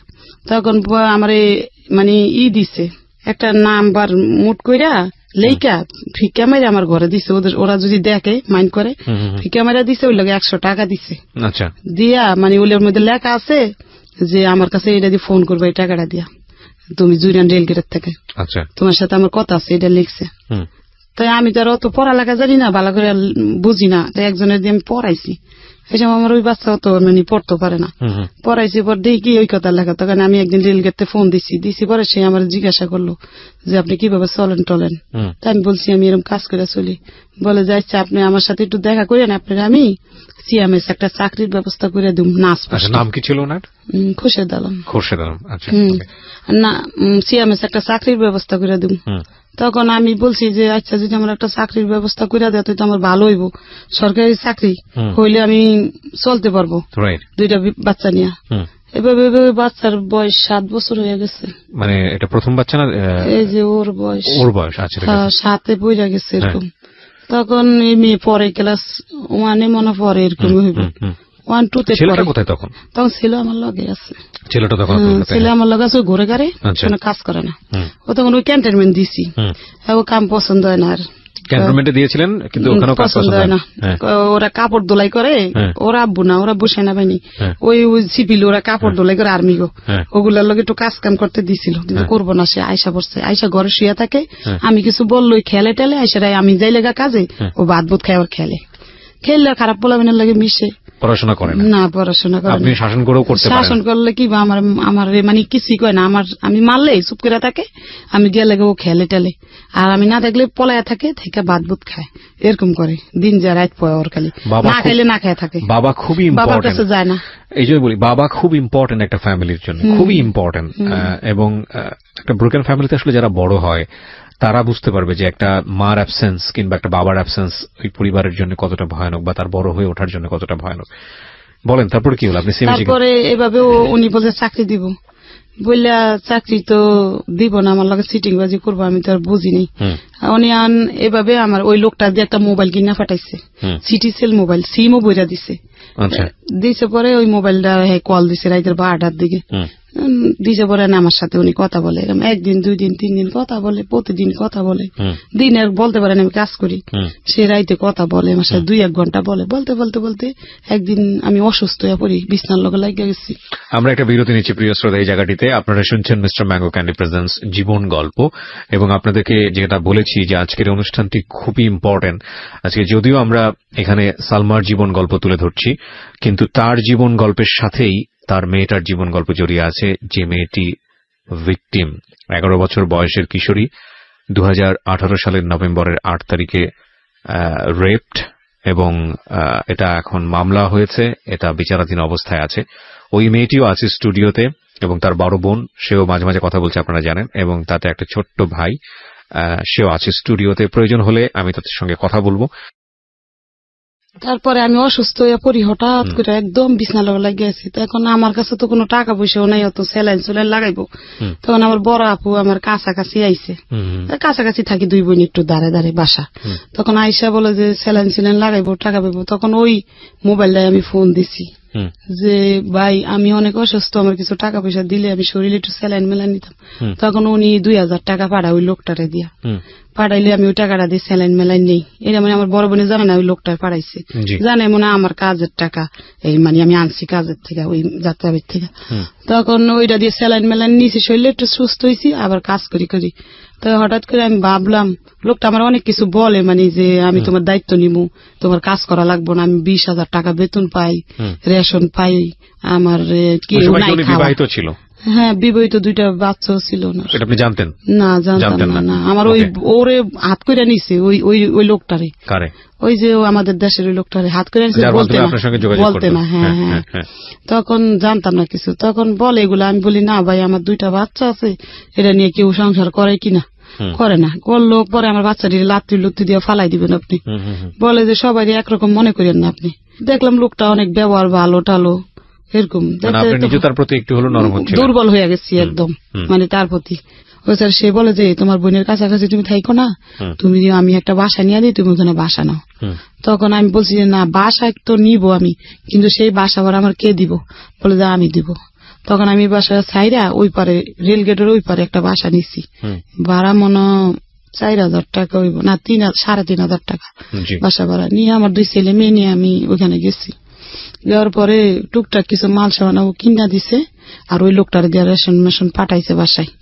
পাঠাইছে পরে বাড়িওয়ালারে বলছি আমার 2 বাচ্চা আমি থাকুম, আমার হাজবেন্ড থাকবো, একথা বলছি। এখন আমি বলছি যে আমরা এখন বলে যে আমরা এখন বিবাহ করব। উনি বলছে আমার প্রস্তাব দিচ্ছে। আমি বলছি তাহলে কে সাক্ষী থাকবো, বিবাহর সাক্ষী আছে না। তখন ওই লোকটা আর একটা লোক, এই দুইজন সরকার, একজন মৌলবী ডাইকা আমরা বিবাহ করছি। আচ্ছা, তো বিয়ে করার আগে তো আপনার আগের হাজবেন্ডের সাথে আপনার কোনো সম্পর্ক ছিল না, তার চিনিও না, জানিও, দেখিও নেই। আর তারে এই 2 বছর সে আমার কোনো খোঁজ খবর না, আমরাও তার খোঁজ খবর। আপনি বিয়ে করার আগে আপনার ছেলের মেয়েদের সঙ্গে আলোচনা করছিলেন যে আমি এরকম একটা বিয়ে শাদীতে এরকম বলি আপনারে? তখন আমি বিবাহ করতে চাইছি, কিন্তু আমার এই মেয়ে বাধা দিচ্ছে। আচ্ছা, ছেলে কিছু বলে না, ছেলে যেখানে রাইতে না খাই, ছেলেও বোঝে না সব কিছু, মানে অন্যরকম। ও মেলে বলে যে না, এরে আমি বাবা বললে স্বীকার করুম না। আচ্ছা, বোঝে সব, বলে যে না। আমি বলি যে থাক বাবা, আমরা ঘর নিতে গেলে ঘর দিব না আমাদেরকে। মানুষে বলে যে ঘর নিতে আইছেন আপনার হাজবেন্ড কি করে? বলি যে আমার 2 বাচ্চা আর আমি। বলে যে না, বাসা দিব না, বাসা দিব না। আপনি কিভাবে বাসা ভাড়া দিবেন এই কথা বলে। তখন ওরে বললাম যে একটা গাছের তলে যদি থাইকা তোমরা বাবার পরিচয় দিয়ে থাকো, মানুষ সম্মান দিব তোমাদেরকে যে তোমার বাবা। This is our society, Priya Shroda. This is our society, and of course you have to face it. দেখুন, আজকে যে মানুষটার জীবন গল্প আমি এখানে তুলে ধরছি, সমাজের একেবারে প্রান্তিক পর্যায়ে, প্রান্তিক অনেকেই বুঝবেন না বলে নিম্ন পর্যায়ের একজন মানুষ, দিন এনে কোন রকম একবেলা পেট পুড়ে খেটে খাওয়া একজন মানুষ, এবং সেই মানুষটা যদি নারী হয় তাহলে তার জীবন সংগ্রাম কতটা ভয়ানক হতে পারে এটা জীবন গল্পে নতুন করে প্রমাণ দেওয়ার কিছু নেই। কিন্তু এইরকম একটা পরিবারেরই তার একটা সন্তান, সে রেপড, যার 11 বছর বয়স। Can you imagine the situation? ওকে, আমরা সামনের দিকে আগাই। হ্যাঁ, বলেন। তারপরে বিবাহ করার পরে উনি সেদিন আমাদের বাসায় ছিল, কিন্তু আমার ছেলে ছিল না। ছেলে পরে ক্যান্টনমেন্টের ভিতরে ওদের সাথে থাকে। আমার এই মেয়ে ছিল বাসায়। তখন এই মেয়ে কান্দে দেখে সে চকলেট মকলেট এনে ওরে দিছে। তখন আমাদের বাসায় রাত্রে ছিল। থাকার পরে সকালে সে অফিসে গেছে। অফিসে যে অফিস করে আমার কাছে, মানে প্রতিদিন থাকে না, ইউনিটে থাকে। কিন্তু হঠাৎ করে থাকে, ইউনিটের কেউ জানলে মাইন্ড করতে পারে, এর লাগে ইউনিটে ঘুমায়, মাঝে মাঝে এসে আমার কাছে থাকে এরকম করে 2-3 মাস হয়ে গেছে। তখনও জানেন না আপনি যে ওনার আগের একটা না না, যায় না, দেশে যায় না। আচ্ছা, 2004 সালে বিয়ে হয়েছে। তারপরে থাকতে 2006 সালে ও প্যাড হয়েছে।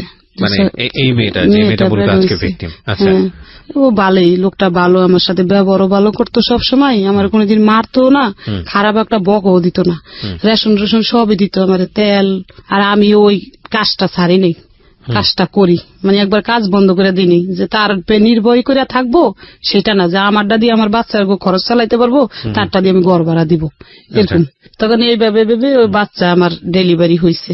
বাচ্চার যেসব 2.5 বছর বয়স, তখন ওনার পোস্টিং হয়ে গেছে। পোস্টিং? হ্যাঁ, হয়েছে হইলো আপনার ওই যমুনা ব্রিজের গোড়ায়। তখন উনি যমুনার গোড়ায় চলে গেছে আমাদেরকে ওইখানে রাইকা। চলে যাওয়ার পরে ওইখান থেকে আসে প্রতি বৃহস্পতিবারে নাইট ফাস্ট নেয়, বৃহস্পতিবার রাত্রে আসে, শুক্রবারে সারাদিন থেকে, শনিবারে সারাদিন থেকে বিকালে চলে যায়। এভাবে সংসার করতে করতে ওই মেয়ের 2.5 বছর হয়ে গেছে।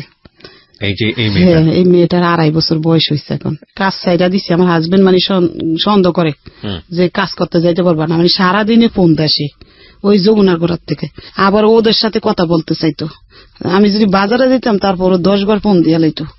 এরপরে আমি কাজটা চাইরা দিচ্ছি যে আমার সন্দেহ করবো, আমার এই সংসার ডোবাঙ্গে দিব গা। কাজ চাইরা দিয়ে বাচ্চার 2.5 বছর বয়স। হঠাৎ করে একদিন আমার মেজে বোনরা আসছে, এর মধ্যে আমার বড় বোনও জেনে গেছে, ছোট বোনও জেনে গেছে আমি বিবাহ বসছি, ফ্যামিলির সবাই জানছে, আমার বাবাও জানছে। তখন উনি একদিন আমাদের বাসায় আসছে পর আমার বোনের ছেলে আবার স্টেডিয়াম চাকরি করে, ছবি বানায়, ক্যামেরা নিয়ে আসছিল আমাদের বাসায়, দেশে যাইব ওর মার সাথে। তো হঠাৎ করে আমার এই মেয়ে ওর বাবার কোলে ছবি তুলে নিছে। আমার হাজবেন্ড কখনো আমার লোক ছবি টবি তুলতো না। তো ওদিন গিয়ে প্রথম বাবার সাথে কোলে 2.5-3 বছরের ছবি তুলে নিচ্ছে, 2.5 বছরের 3 বছরের ছবি তুলে নিছে ছবিগুলা রাখছে। হঠাৎ করে 2009 সালে আমার সাথে উনি আর যোগাযোগ রাখে নাই, ওই যমুনার গোড়ার থেকে। আর খোঁজ খবর নাই ওনার। এখন 2 বছর হয়েছে, ওনারে আমি বিশ্রে আর পাই না। হ্যাঁ, ওনার দেশের বাড়ির ঠিকানা কইছে, কিন্তু আমি বিশ্রে মানে পাইতাছি না। যাইনি। আপনাকে যে বিয়ে করেছিল সেখানে কি কোনো কাবিন হয় নাই? কাবিন হয় না, গতি ক্যান্টনমেন্ট গেছি খোঁজ নিতে বললাম। আর ওই নুরুরে বলছি, ও বলে যে কুষ্টি কইছে ওই জায়গা, আমার সাথে যোগাযোগ নাই, এই কথা ওই লোকটা বলে। আর গেটে জিজ্ঞাসা করছি যে কেন বিশ্রাম, আমার হাজবেন্ড আবার আমার না করছিল যে কেউ কাছে বললো না আমি তোমার বিয়ে করছিলাম আমার চাকরি চলে যাবো, কিন্তু আমি বুঝতাম না কেন চাকরি যাবো। ওই যে ওর বউ আছে আবার দ্বিতীয় বিয়ে করলে চাকরি দেবো, এটা আমার বোঝাইতে চাইছি কিন্তু আমি বুঝতে পারি নাই। এখন 2 বছর ধরে আর কোনো খোঁজ নাই। এখন কি করবো, আবার বাধ্য হইয়া কাজে লাগছি ওই যাত্রা বাড়ি, ওই মিক্সির কারখানায় কাজ করি। এখন 2 মেয়ে হইয়া গেছে, এই মেয়ের লাগে মেয়ে ওরে রাখার আগে কি করবো, রাখতে হয় বাধ্যতা। রাখে কাজ করি করে কোনো মতো চলি 2 বছর ডেইলি ফোন দিতাম 4-5 বার, প্রত্যেকটা সিম বন্ধ করে লাইছে। বন্ধ করে একটা লোক দিয়ে ফোন দিছে এখন আমারে, ওর একটা ফ্রেন্ড দিয়া বলে যে ও আপনার হাজবেন্ড অসুস্থ, মাদ্রাস নিয়ে গেছে, অ্যাক্সিডেন্ট হয়েছে, আপনি অপেক্ষা করেন, ও মাদ্রাসটা আসলে আপনার কাছে ফিরে দেবো।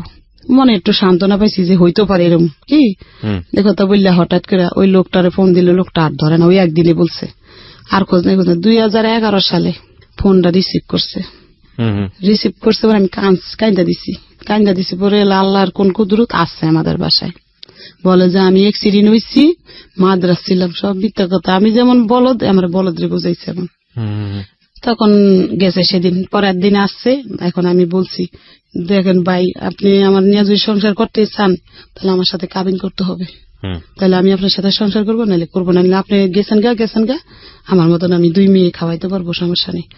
পরে বলে যে করবো, আমি কাবিন করবো। তখন উনি আর আমি শনিয়াকরা গেছি, তখন আমি আর উনি গেছি, গিয়া আমরা ওইখানে রেজিস্ট্রি কাবিন করছি, আবার এমনি কাবিনও করছি, 2টাই করছি। এটা কি উনি নিয়ে গেছে আপনাকে সেই অফিসে নাকি আপনি নিয়ে গেছেন? আমি নিয়ে গেছি, 2জনে গেছি রিক্সা দিয়া, যা কাবিন করছি। কইরা পরে আমরা কাবিন লগে তো দেয় না, 3 মাস পরে দিচ্ছে রেজিস্ট্রি কাবিনটা। আর ওই কাবিনটা দিচ্ছে আমার 1 সপ্তাহ না 15 দিন পরে। টাকা দিচ্ছে আমার হাজবেন্ড, 5,000 না কত টাকা নিচ্ছে। কাবিনে কি লেখা, মানে কত টাকা দিন? 2 লাখ টাকা কাবিন করছে। তখন কাবিন করে বাসায় আইছি, তো বালের সংসার করতেছি। পরে ওইখানে আবার উনি সিটিং বাজি করছে। ওই 2 বছর পরে আসছে যে চাকরি করে, কিন্তু যমুনার ব্রিজের গোড়ায় এখন পোস্তগুলো আসছে কয়েকদিনের লাগা, চাইছিল কয়েকদিনের মধ্যে আমারে আবার ভোগ কইরা চলে যাইব। কথা বুঝছেন, মনের ভিত্তি হারামজাদর। তখন ওরা আমি জিজ্ঞাসা করি তুমি এখন কোথায় আছো, আমি উত্তরা র্যাবে আছি। শুনেন কথা কি, সিটিং বাস উত্তরা র্যাবে আছে, ওই কাবিনের ভিতরে র্যাব পরিচয় দিছে। তখন একটু পরে ওনার কাবিন করার শেষে ওনার পকেটে আমি আইডেন্টি কার্ড বার করে ফেলাইছি, কইরা দেখি উনি রংপুর 8 ইঞ্জিনিয়ারে কুস্টিং হয়েছে, অরিন অফিসার র্যাঙ্ক ওনার, এখন 2009 অরিন অফিসার হয়েছে। তখন আমি বলি এটা কি করলা, কয় কি আরে আমি ছিলাম তো ওই র্যাবে ছিলাম তো এই কয়দিন। শুনলেন কথা, যা কাবিনে র্যাব দিচ্ছে, আমার তো সমস্যা নেই। দেখি 5 মিনিট পর আমার বাসায় চলে আসে। কিরে র্যাবের থেকে 5 মিনিট পর তো উত্তরা থেকে আমার বাসায় আসা যায় না, আজকে আমি পিছ লাগুম ওর সাথে, কই যায় ও দেখবো। তখন উনি বাইরে গেছে ঘরের থেকে, আমি ওনার পিছে যাই, দেখি উনি পোস্তাগুলা ক্যান্টনমেন্ট ঢুকছে। তো 1 দিন 2 দিন 3 দিন ঢুকছে, তো 4 দিন দিয়ে আমি গেটে গেছি, যাই বলি যে এই লোকটারে চিনেন, আমার কাছে ছবি আছে, ছবি দেখেছি। লোকটা কয় কিন্তু অরিন অফিসার খুশি, কি হন আপনি? আমি কি আমার হাজবেন্ড? বলে যে আপনার হাজবেন্ড, আপনি বাচ্চা করা? আমি বলি যে আমার 1 মেয়ে। এক মেয়ে আমার দেখাইছি, ছোট মেয়েটা। বলে যে ও খারাপ ডাইকে না দিতেছি, তখন ডাইকে না দিছে, ও আমার রাস্তায় আইনা বাসায় নিয়ে আসছে। আইসা উনি অন্ত জিদ দিয়ে ফাইটা দিতেছে, গিয়ে চলে গেছে, এত ডেয়ারিং হয়ে যাবো আস্তে আস্তে করে সইরা গেছে গা রংপুর গেছেন। 3-4 দিন ধরে আমার সাথে আর যোগাযোগ নাই, ফোনও দেয় না কোনো। আমি এলাকা গেটে গেছি চালাই করে, যাই বলি যে আমার হাজবেন্ড এখানে তো চাকরি করতো, এখন উনি কোথায়? উনি তো কুস্টিং হয়েছে, আপনার বলেনি? আমি বলি না আমার, হ্যাঁ ওইখানে কোথায় এরকম জায়গায়। ওরা আমার ঠিকানা লিখে দিছে, আমি ওরে ছোট নিয়ে চলে গেছি এর গাড়িতে, রাইতের গাড়িতে গিয়ে সকালে নামছি, নাইমা আমার হাজবেন্ডে বার করে নিচ্ছি, নিয়ে ওইখানে আসাম স্যারের কাছে বিচার দিছি যে আমি আমার হাজবেন্ডের লগে থাকবো। সব বলি যে হাজবেন্ডের লগে থাকবো। তো আচ্ছা থাকলে আপনার হাজবেন্ড ঘর নিলে আপনি থাকবেন। ওই এর আগে আরেকটা ঘটনা হয়েছে, 2009 সালে বাস্ট হয়েছে যে ওর 2টা বাচ্চা আছে। কেমনে পাইছি জানেন? একটা সিটি পাইছি, ওর মেয়ে সিটি লিখছে বাবার কাছে। 2 মাস ধরে বাবা বাড়িতে যায় না, তার দাদির কাপড় নাই, তার স্কুলের জুতা নাই। এই সিটিটা আমি পাইছি, পাই না সিটিটা আমি একজনের দিয়ে পড়াইছি, আমি পড়তে জানি না, তো পড়াইয়া দেখি কি বাচ্চাটির কষ্টের কথা লিখছে এটার ভিতরে। হইনা আমার খারাপ, তখন আমি এটা মানে গোটপিট করছি। ওই যাই না গেছি দেখে ওই পলাইয়া গেছে ওই 2 বছর আর আসে নাই। পলানোর আগে এই ঘটনার বললা গেছি, পলানোর আগে পলাই গেছে ওই যাই না। আপনি যখন বললেন আর্মিতে গিয়ে এই ঘটনাগুলো, তারপরে কি হলো? তারপর যাই না গেছি দেখে ও পলাইছে। ওই সিডি আমার কাছে আজও আছে, আমি রাইকা দিছি সিডি গুলা। তখন পলাইছে, ওই যে পলানের পরে 2011 আইছে, কাবিন করলাম, করার পরে ওইখানে ধরলেন, ওরে ফাইনালি তো গিয়ে ধরলেন, দর্শি আমরা স্বীকার করছে। হ্যাঁ না সেটা ঠিক আছে, তারপরে কি হলো, মানে ওখান থেকে কি বললো, আপনাদের একসাথে থাকার নিয়ম দিচ্ছে। তারপর যে আপনার হাজবেন্ড গন নিলে আউটে বাসা নিব, আপনি থাকেন তার সাথে, নিয়ম দিচ্ছে, থাকেন আপনি, সমস্যা নাই। তখন আমি চলে আসছি ঢাকা, যে মাল সামানা নিয়ে পরে যাওয়া লাগবো, গন নেওয়ার পরে ঢাকা চলে আসছি আমার বাবুরে নিয়ে। আসার পর ও গাড়িতে উঠাই দিছে, চলে আসছি। আইসা থাকতেছি ওইখানে আসাম স্যারের বলছে কি আমি ঢাকা পোস্টিং নিতে চাই, তাহলে আমার 2টা ফ্যামিলির আমি দেখতে পারবো, ঢাকা পোস্টিং নিতে চাই। হ্যাঁ, তখন মিরপুর স্টাফ কলেজ 12 নম্বরে পোস্টিং নিচ্ছে উনি। আচ্ছা, নেওয়ার পরে আমাদেরকে এখান থেকে বাসা ছাইরা আমাদেরকে, এখন মানে আমার ছেলে অনেক বড় হয়েছে, 17 বছর হয়েছে ছেলে। তখন আমি মনে করছি যে আমার হাজবেন্ড ওইখানে রুম নিবো মনে একটা, ওখানে আমার 2 মেয়ে, আবার এই ছেলে কোথায় নিবো, ও কাজ করে এখানে, তো তুমি তো দাদির কাছে থাকো আর আমি ওদেরকে নিয়ে ওখানে যাই, তারপরে তোমারে নিয়ে যাবো পরে। ছেলের দাদি ওই সৎ দাদির কাছে রেখে গেছি। আমার হাজবেন্ডের এই হলো বাসা আর এই হলো অফিস কাছাকাছি, কিন্তু আমার হাজবেন্ড বলে যে আমার অফিস অনেক দূরে, কিন্তু আমি যেখানে বাসা, তখনও একটা লুকোচুরির ব্যাপার স্যাপার ছিল। হ্যাঁ, তখনও উনি আমার সাথে গোটফিট করে। আমি বলি যে কত দূরে, বলে আমি সাইকেল দিয়ে যাই, আরো 20 মিনিট দূরে লাগে। মিথ্যা কথা বলে, আমার এতই মগা মানে ভাবতেছে। তখন ওই বাড়িতে 2টা আর্মি পার্সন থাকে। আমরা একটা বিরতি নিচ্ছি। ওই মানে 2টা আর্মি পার্সন আমার সাইডে থাকে। আমার হঠাৎ করে জ্বর আসছে, মানে জ্বর আইছে। পরে আমি বলি যে ভাবি জ্বর আইছে, কি করব? কয় কি কেন, আপনি তো সবকিছু সরকারি ভাবে পাবেন। বলে যে আমার সাথে জানতো, চলেন দেখে কে খুশির সাহেব বলে না কিছু। আমি বলে উনি তো বলে ওনার অফিস অনেক দূরে, বলে যে ওনার অফিস অনেক দূরে, এই কথা বললো কেন? বুঝি না তো কিছু, ভাবি আপনাদের বেশি কি কোর্টপিট আছে? আমি না, বলে যে আমার লাগে লোন। তখন আমি ঢুকছি ডাক্তার দেখাইতে। ঢুকার পরে এখন বলে যে বই করা ছাড়া তো ডাক্তার দেখাইতে দিব না। তখন আমার হাজবেন্ড আমি ফোন দিছি যে আমি ডাক্তার দেখাইতে আইছি। বলে যে ভালো করছেন ডাক্তার, ও ইউনিটের ভিতরে মানে অফিসের ভিতরে। তখন উনি একটা সৈনিক জসিম নাম ওরে পাঠাইছে যে তোমার ভাবি আসছে, যাও একটা বই করে দেওয়া। তখন যায় মানে বই করা লাগে, একটা বই কিন না, ওটার মধ্যে মানে সারেরা সিল মারবো, তারপরে ডাক্তার দেখানোর নিয়ম। তখন আমি ডাক্তার দেখায় বাসাইছি। রাত্রে জিজ্ঞাসা করছি আমি কি আপনি বললেন না আপনার অফিস অনেক দূরে? বললে যে আসে আর বলে যে চিন্তা লাইছেন তো চিনছেন, ভালো করছেন। পরে এরকম করে সংসার করতেছি, বালি হঠাৎ কইরা উনি না একটা মেয়ে ওনারে ফোন দেয়, না ধরার গতিকে আমি শূন্য ফেলাইছি। মেয়েটা ওনারে বলতেছে দাদু আপনি ফোন ধরেন না কি লেগা? উনি করছে কি কাইটা দিচ্ছে। আমি শুনছি দেখা আমার উঠছে জিদ উঠছে, ওনার মোবাইল কাইটা নিছি, নিয়ে ওনার নাম্বার টিপা বার করছি। ওনার ওয়াইফের নাম আসমা। বার করে আমি ওই নাম্বারে ফোন দিচ্ছি, আমি জানি ওর বোন নাম কি, সব জানি না গেছি। ফোন দিয়া বলি যে এরকম আপনার হাজবেন্ড ঢাকা একটা বিয়ে করছে, আপনি জানেন? বলে যে না তো। তখন তো দেশে শূন্য লাইছে সবাই। শোনার পরে ওই বউ মানে দেশে কান্দাগাড়ি করতেছে, ঢাকা আইব। তখন ওই বউ ঢাকা আইছে, আইসা বাসা নিতে চাইছে 12 নাম্বার। আমার হাজবেন্ড বাসা নিয়ে দেয়নি, বলছে যে তুই যদি এখন এখানে বাসা নেস তাহলে আমার চাকরিটা চলে যাবো গা। এ কথা বললে ওই বউ আসছে ঢাকা, আইসা ওরা তেল মাইকা দেশে পাঠাই দিছে। 3 মাস পরে আমার বাবু পেটাইছে। তখন বলে যে বাচ্চা নিছস হ্যান ত্যান, মানে এরকম নিব না বাচ্চা। তখন ও প্যাড হইছে। তখন আমি প্যাড হইতে 12 নাম্বার তখন আমার বাসা সুইচ করে ফালাইবো, মানে এখান থেকে সুইচ করে অনেক দূরে ফাটাইবো। তো দূরে ফাটাইছে, মানে ও 12 নাম্বার দিকে ফাটাই দিছে। ওইখানে আবার এই বাচ্চা ভর্তি হয়েছে, তো ওদের লেগে দাঁড়ে। এখন ও করে কি ইউনিটে ঘুমাই থাকে, আমাদের ওইখানে যায় না, ওই বাসার কলেজের ভিতরে ঘুমাই থাকে, যায় না। নানা দিকে দিতে আমার ওই ছেলে ফোন দিছে, একটা মেয়ে বিয়ে করছে, একটা মেয়েরে ফোন দিছে। আমার হাজবেন্ড বলছে আসো আমি নিয়ে আসি তোমাদের। আইনা করছে কি আমার বাসায় বউ সহকার দিয়া ও নিয়ে আর আমার বাসায়ও জানা, আমাদের খোঁজ খবর লয় না। এই দেন সামনাসামনি থাকে, আপনি টাকা পয়সা দেয় মাস শেষ, আর এমনি রাত্রে আসো না বাসায় কিছু না। তখন আমি ওই ছেলে বোরে এখন নিব না, আমি ওদেরকে আনবো কেন? ওরা আইসা মারামারি করে দুইজনে ঘরের ভিতরে। ছোট ছোট মানুষ তো বিয়ে করছে 17 বছরে, বুঝেন না, মারামারি করে বউর সাথে। কোথার মেয়ে? কুমিল্লার মেয়ে, কুমিল্লা ক্যান্টনমেন্টের দ্বারের। মারামারি করে দেখে আমি একটা ঘরে ড্রেসিং টেবিল ছিল আমার আগের, ওটা বিক্রি করে ওদেরকে 2000 টাকা দিয়া কইছি তোমরা যাও গা, শ্বশুর বাড়িতে থাকো আন তুমি, পরে আমি ঢাকা যাই কি করি তোমার একটা লাইন করে আমি দিতে পারছি। তখন উনি ওই আমার ওই ছেলে ধরেন হয়েছে সিয়ামেসে, হওয়ার আগে 3 দিন আগে ও চলে গেছে পোস্টিং এ। আমার হাজবেন্ড আর আসে টাসে নেই। 3 দিন পরে আমার হাজবেন্ড আসছে, এর মধ্যে আমার বোন আছে, মেজে বোন বাইর বউ আসছে দেশের থেকে, ওরা আমার যত্ন টত্ন করতেছে। দেশে বলছি দেখে উনি জিদ্দের ঠেলা, আগে তো ভালো ভালো বাজার বুজার করছে, দেশে বলছি বলে জিদ্দের ঠেলা উনি আমার ঘরে কোনো বাজার করে না। এখন ওনার কুষ্টিম শেষে উনি যশোর চলে গেছে, যাওয়ার পরে আমাদের কোনো টাকা পয়সা দেয় না, আমাদের ওইখানে ফালাইয়া রেখে গেছে। এখন কি করবো, গেছি যশোর, যাই ওইখানে ইউনিটে বলছি টলছি, পরে আমার টাকা দিচ্ছে এদিন 10,000 দিছে, পরে আমি আবার চলে আসছি। আই ওইটা দিয়ে বাড়িওয়ালারা দিছি কয় টাকা জানি, ঘর ভাড়া 4-5 হাজার টাকা, আড্ডা দিয়া চলতেছি। কোনো মধ্যে চলতে চলতে 2 মাস টাকা পাঠাইছে বিকাশে, পাঠানোর পরে না আবার 2 মাস টাকা পাঠায় না, 2 মাসের ভাড়া বাইজা গেছে। তারপর আবার ওই বাবুরে নিয়ে 22 মাসের এখন গাড়ি তুলছি, গিয়ে গেড়ে গেছি। পরে ওই লোকজনে আমার হাজবেন্ডটাই কেনে দিতে, হাজবেন্ডে নিয়ে গেছে, নিয়ে এক সৈনিকের বাসায় উঠাইছে, ওটা ওই সৈনিকের কইছে খাওয়া দাওয়া দিতে, দিয়া 2 দিন ধরে আমি ওই সৈনিকের বাসায়, আমার হাজবেন্ড আমার খোঁজ খবর নাই নিয়ে যায় উনি আমার কাছে। তখন আমি নিচে নাইমা গেছি ওরে কোলে নিয়ে, নাইমা আমি ইউনিটের ভিতরে ঢুকছি, ঢুকা কমান্ডাররা মানে মিটিং করতেছে, তাই আমার ডাকছে যে কে, কইছে অনুকের ও ভাই।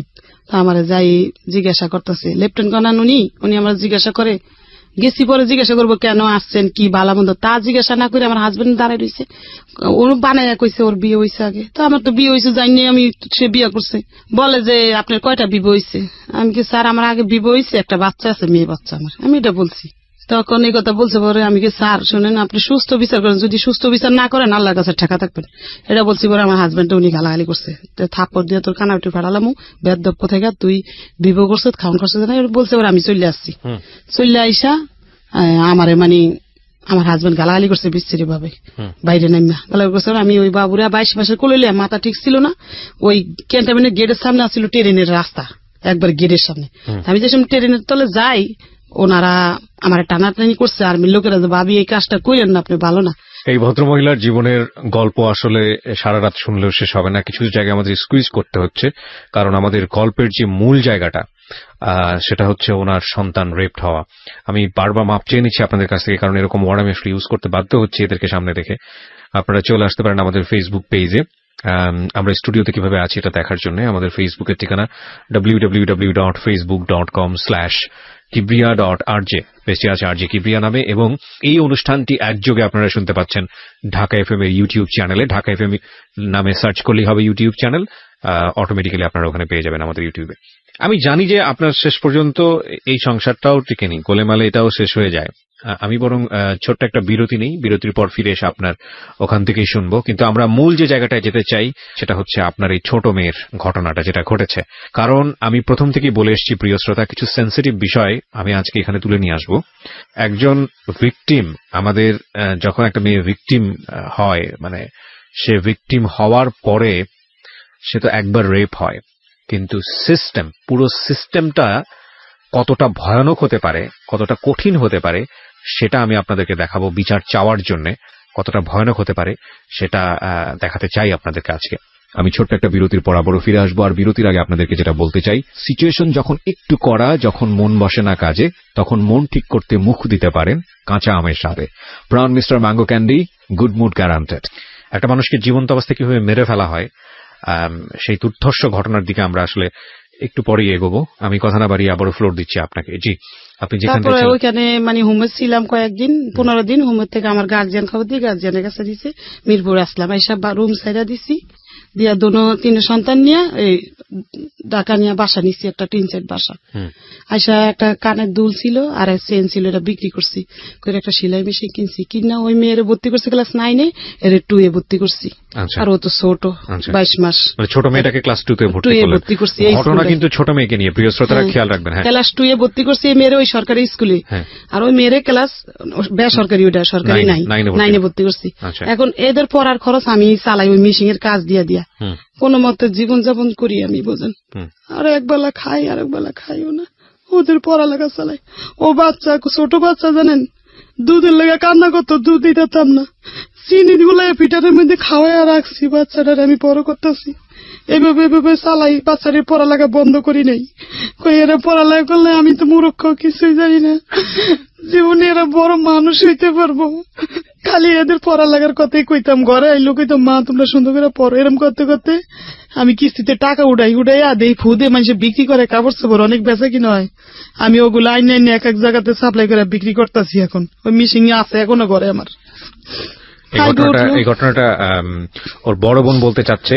প্রিয় শ্রোতা, আমরা মাকে এতক্ষণ পর্যন্ত ফ্লোর দিয়ে রেখেছিলাম এবং আপনাদের সদয় অবগতির জন্য জানাচ্ছি।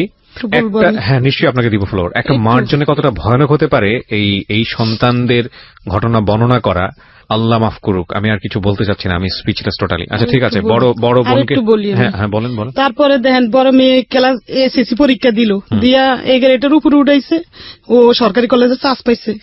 সরকারি কলেজে পড়ালেখা করে, ওর খরচ আমার লাগে না অত বেশি, অল্প অল্প। ও টিউশনই করে, মানুষের বাসায় দেয়নি টিউশনই করতে। যে মানুষ যদি আমার মেয়ের দিকে খারাপ নজরে তাকাইলে কে বাসায় টিউশনই করতে দেয় না, ও ঘরে যা পড়ায় তা দিয়ে চলে।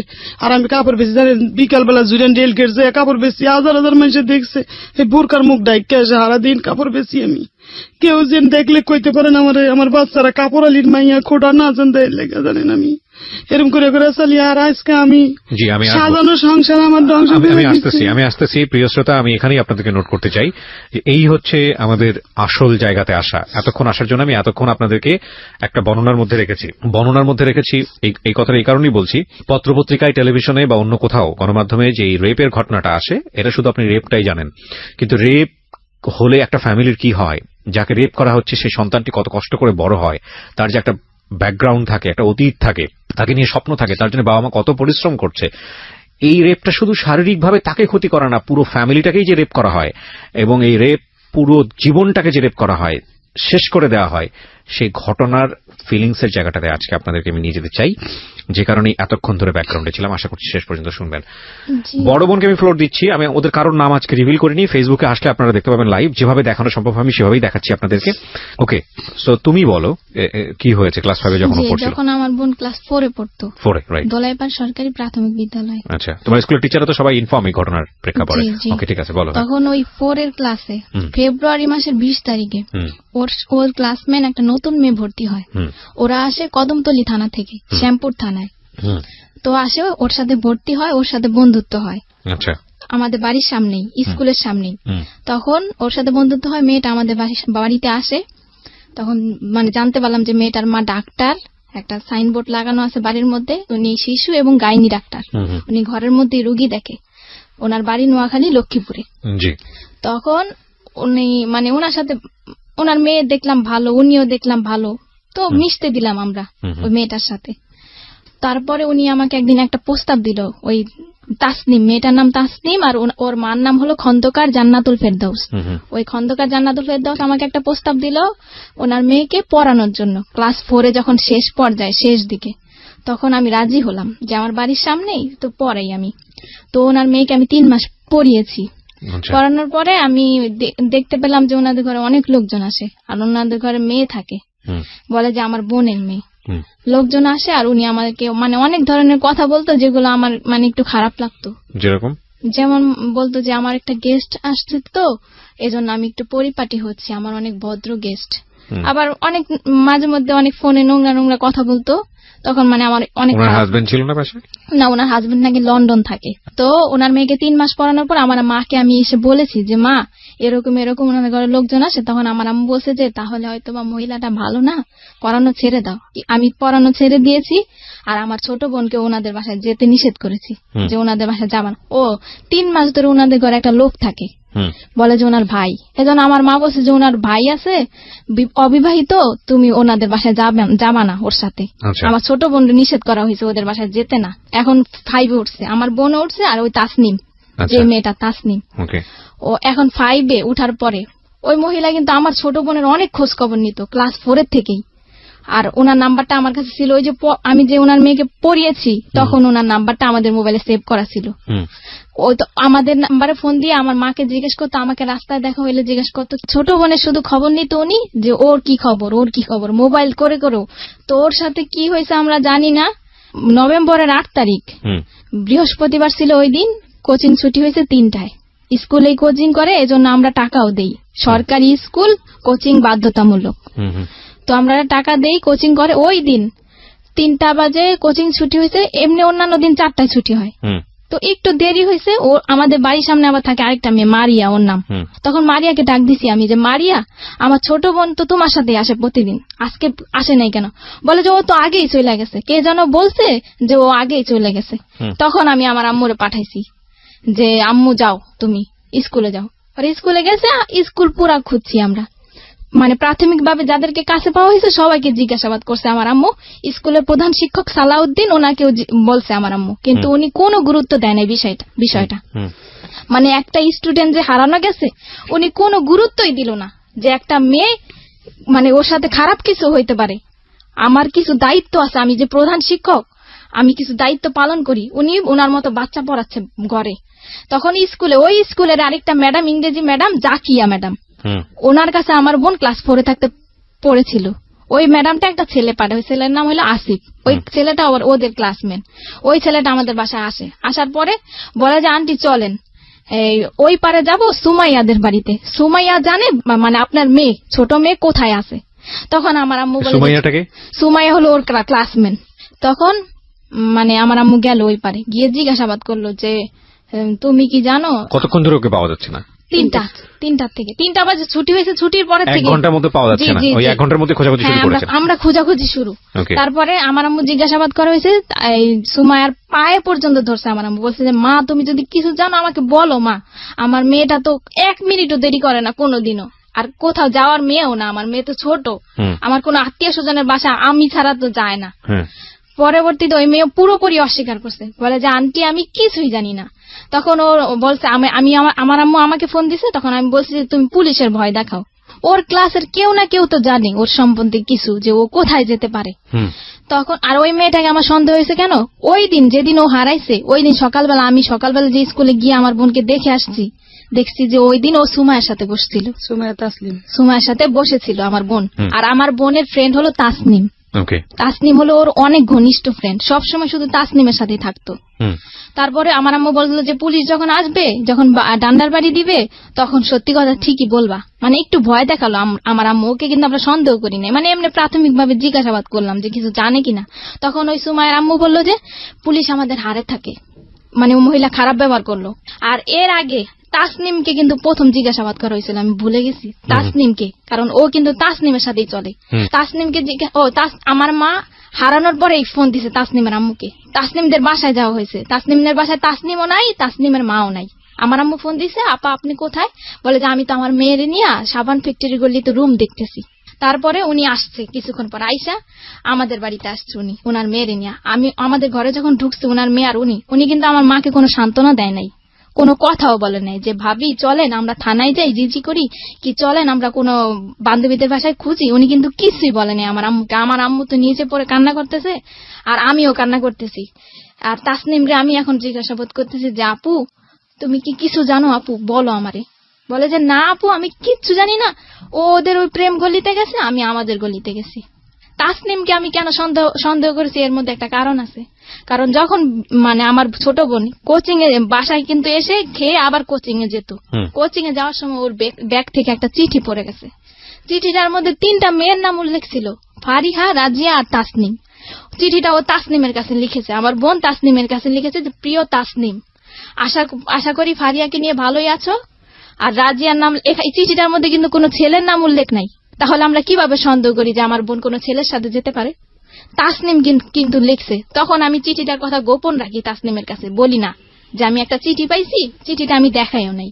কিন্তু আমার পুরোপুরি সন্দেহ হয়েছে যে তাসনিমই জানে যে আমার বোন কোথায় আছে, আর তাসনিমের মাই নিছে আমার বোনকে। তখন আমি আমার মাকে আমি বলছি যে তুমি এখনই থানায় যাও, গিয়ে জিডি করো। কিন্তু আমার আম্মু থানায় যায়নি। তখন আমার আম্মু তখন কি করছে, আমার মানে আত্মীয় স্বজন সবাইকে ফোন দিছে, সবাই অলরেডি চলে আসছে। আসার পরে আমার বড় বোন মানে বড় খালার ছেলে একটা মাইক ভাড়া নিছে দোলাইপাড় ওই পারে 1 নম্বর গলি থেকে মাইক ভাড়া নিছে। ওই 1 নম্বর গলিতে কিন্তু আমার বোনটা ছিল, যেই জায়গা থেকে আমরা মাইক নিছি ওইখানেই আমার বোনটা ছিল। ওইখান থেকে কুতুবখালী 1 নম্বর গলি, 2 নম্বর গলি, ডিপটির গলি, কুতুবখালী, দোলাইপাড়, মিরাজির বাগ পুরা কিন্তু আমরা মাইক দিয়ে অ্যালাউন্স করছি। স্কুলের হেড স্যার কিন্তু কোনো পদক্ষেপ নেয়নি, আর আমার আম্মুকে একটা ফোনও দেয় নাই, হেল্পও করে নাই। উনি কিন্তু বাচ্চাই পড়াইতেছে। স্কুল থেকে হারিয়ে গেছে, কোচিং এর থেকে স্কুলে কোচিং বাধ্যতামূলক, বাধ্যতামূলক, এবং কি আমরা টাকা দিই। কোচিং করতে চাইতাম না, ওইটা বাইরেই তো বেত দিয়া, আমার বাচ্চা না সবার বাচ্চা। কোচিং না করলে বাচ্চাদেরকে কম নাম্বার দেওয়া হয় এবং ফেল করিয়ে দেওয়া হয় এবং বাচ্চাদের উপর টর্চার করা হয়। কি দুর্ধর্ষ, কি অমানবিক। এবং আমরা কবে আসলে এই জায়গা থেকে বেরোতে পারবো? না, আমি আপনার বড় মেয়ের কাছ থেকে শুনতে চাই, আপনাকে আমি ফ্লোর দিব পরে। আবার। হ্যাঁ, বলেন তারপর। তারপরে আমার আম্মু গেল হেড স্যারের বাড়িতে। আবার হেড স্যারের বাড়িতে যাওয়ার পরে আমার আম্মু হেড স্যারের সাথে কথা বলতে চাইলো। হেড স্যারের দেখে যে বাচ্চা পড়াচ্ছে, তখন ওই মরিয়ম নামে একটা মেয়ে, ওই মেয়েটাকে আমার মা নিতে চাইলো যে মরিয়ম তুমি আমার সাথে আসো, তুমি তো চিনো তোমাদের ক্লাসের কারো না কারো বাড়ি, আমি যাবো তোমাকে নিয়ে। স্যার কিন্তু ওই মেয়েটাকে দিতে রাজি হয় নাই, যে না ও যেতে পারবে না, ও পড়ছে। তখন তাসনিমের মা উনি হেড স্যারের সাথে দরজা লাগায় কি যেন বলতেছে, আমার আম্মু কিন্তু দরজা ফাঁক দিয়ে দেখছে। কিন্তু তখনও কিন্তু আমরা জানি না যে স্কুলের প্রধান শিক্ষকও জড়িত, উনিও জানে, এমনকি ওই মহিলার কাছেই তো আমার বোনটা, কিন্তু আমরা তো আর জানি না যে ওনার কাছেই আছে। তখন আমার আম্মু এসে বলল যে এরকম এরকম হেড স্যার আর তাসনিমের মা কথা বললো, আমাকে কোনো গুরুত্ব দিল না, আর আমি একটা বাচ্চা নিতে চাইলাম, আমাকে তাও দেওয়া হলো না। হেড স্যার বলে যে দেখেন কোনো বান্ধবীর বাড়িতে গেছে কিনা, এটা বলছে হেড স্যার, আর কোনো গুরুত্ব দেয় না। যে চলেন আমি যাই আপনাকে নিয়ে থানায়, কি আমি প্রত্যেকটা গার্জিয়ানের নাম্বারে ফোন দেই, কি আপনাকে একটা বাচ্চা দেই, আপনি যান খোঁজ করেন, কি প্রত্যেকটা গার্জিয়ান আমি ডাকাই, বাচ্চাগুলোকে আমি ডাকাই, কোনো পদক্ষেপ নেয় নাই উনি। তখন আমার আম্মু মাইক দিয়ে অ্যালাউন্স করার পর থানায় গেল, সাধারণ জিডি করলো রাত্রে, তখন 10টা বাজে। সাধারণ জিডি করার পর শ্যামপুর থানা একটা সাধারণ জিডি করা হলো, কারো সন্দেহ করে না, মানে একটা সাধারণ হারানো একটা সাধারণ জিডি।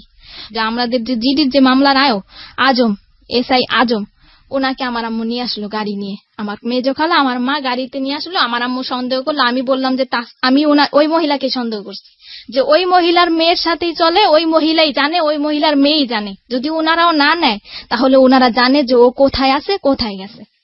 তখন ওই মহিলাকে সন্দেহ করে আমি আমার মাকে পাঠালাম, রাত্রে 2টা বাজে গাড়ি নামায় নিয়ে আসছে, মহিলার বাসায় গেছে পুলিশ নিয়ে। তারপরে ওনার মেয়েকে মানে আমরা পুলিশ নিয়ে চাপ দিলাম, আর ওই খন্দকার জান্নাতুল ফেরদাউসকে চাপ দিলাম আমরা।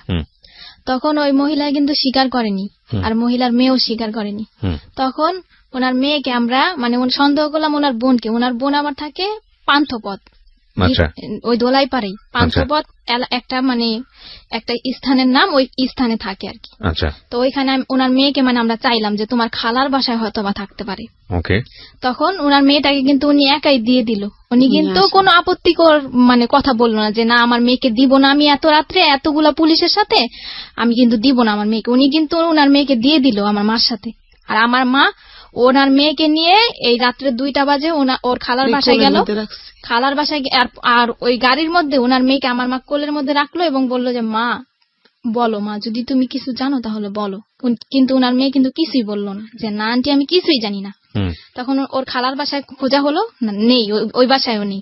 তখন ওই মহিলা আমার মাকে বললো, যখন ওনার মেয়েটাকে ফেরত দেওয়া হলো খুঁজে আসার পর, তখন মহিলা আমার মাকে বললো যে কাজটা কিন্তু আপনি ঠিক করেন নাই, মানে আমার বাসায় যে পুলিশ নিয়ে আসছেন কাজটা কিন্তু ঠিক করেন নাই আপনি।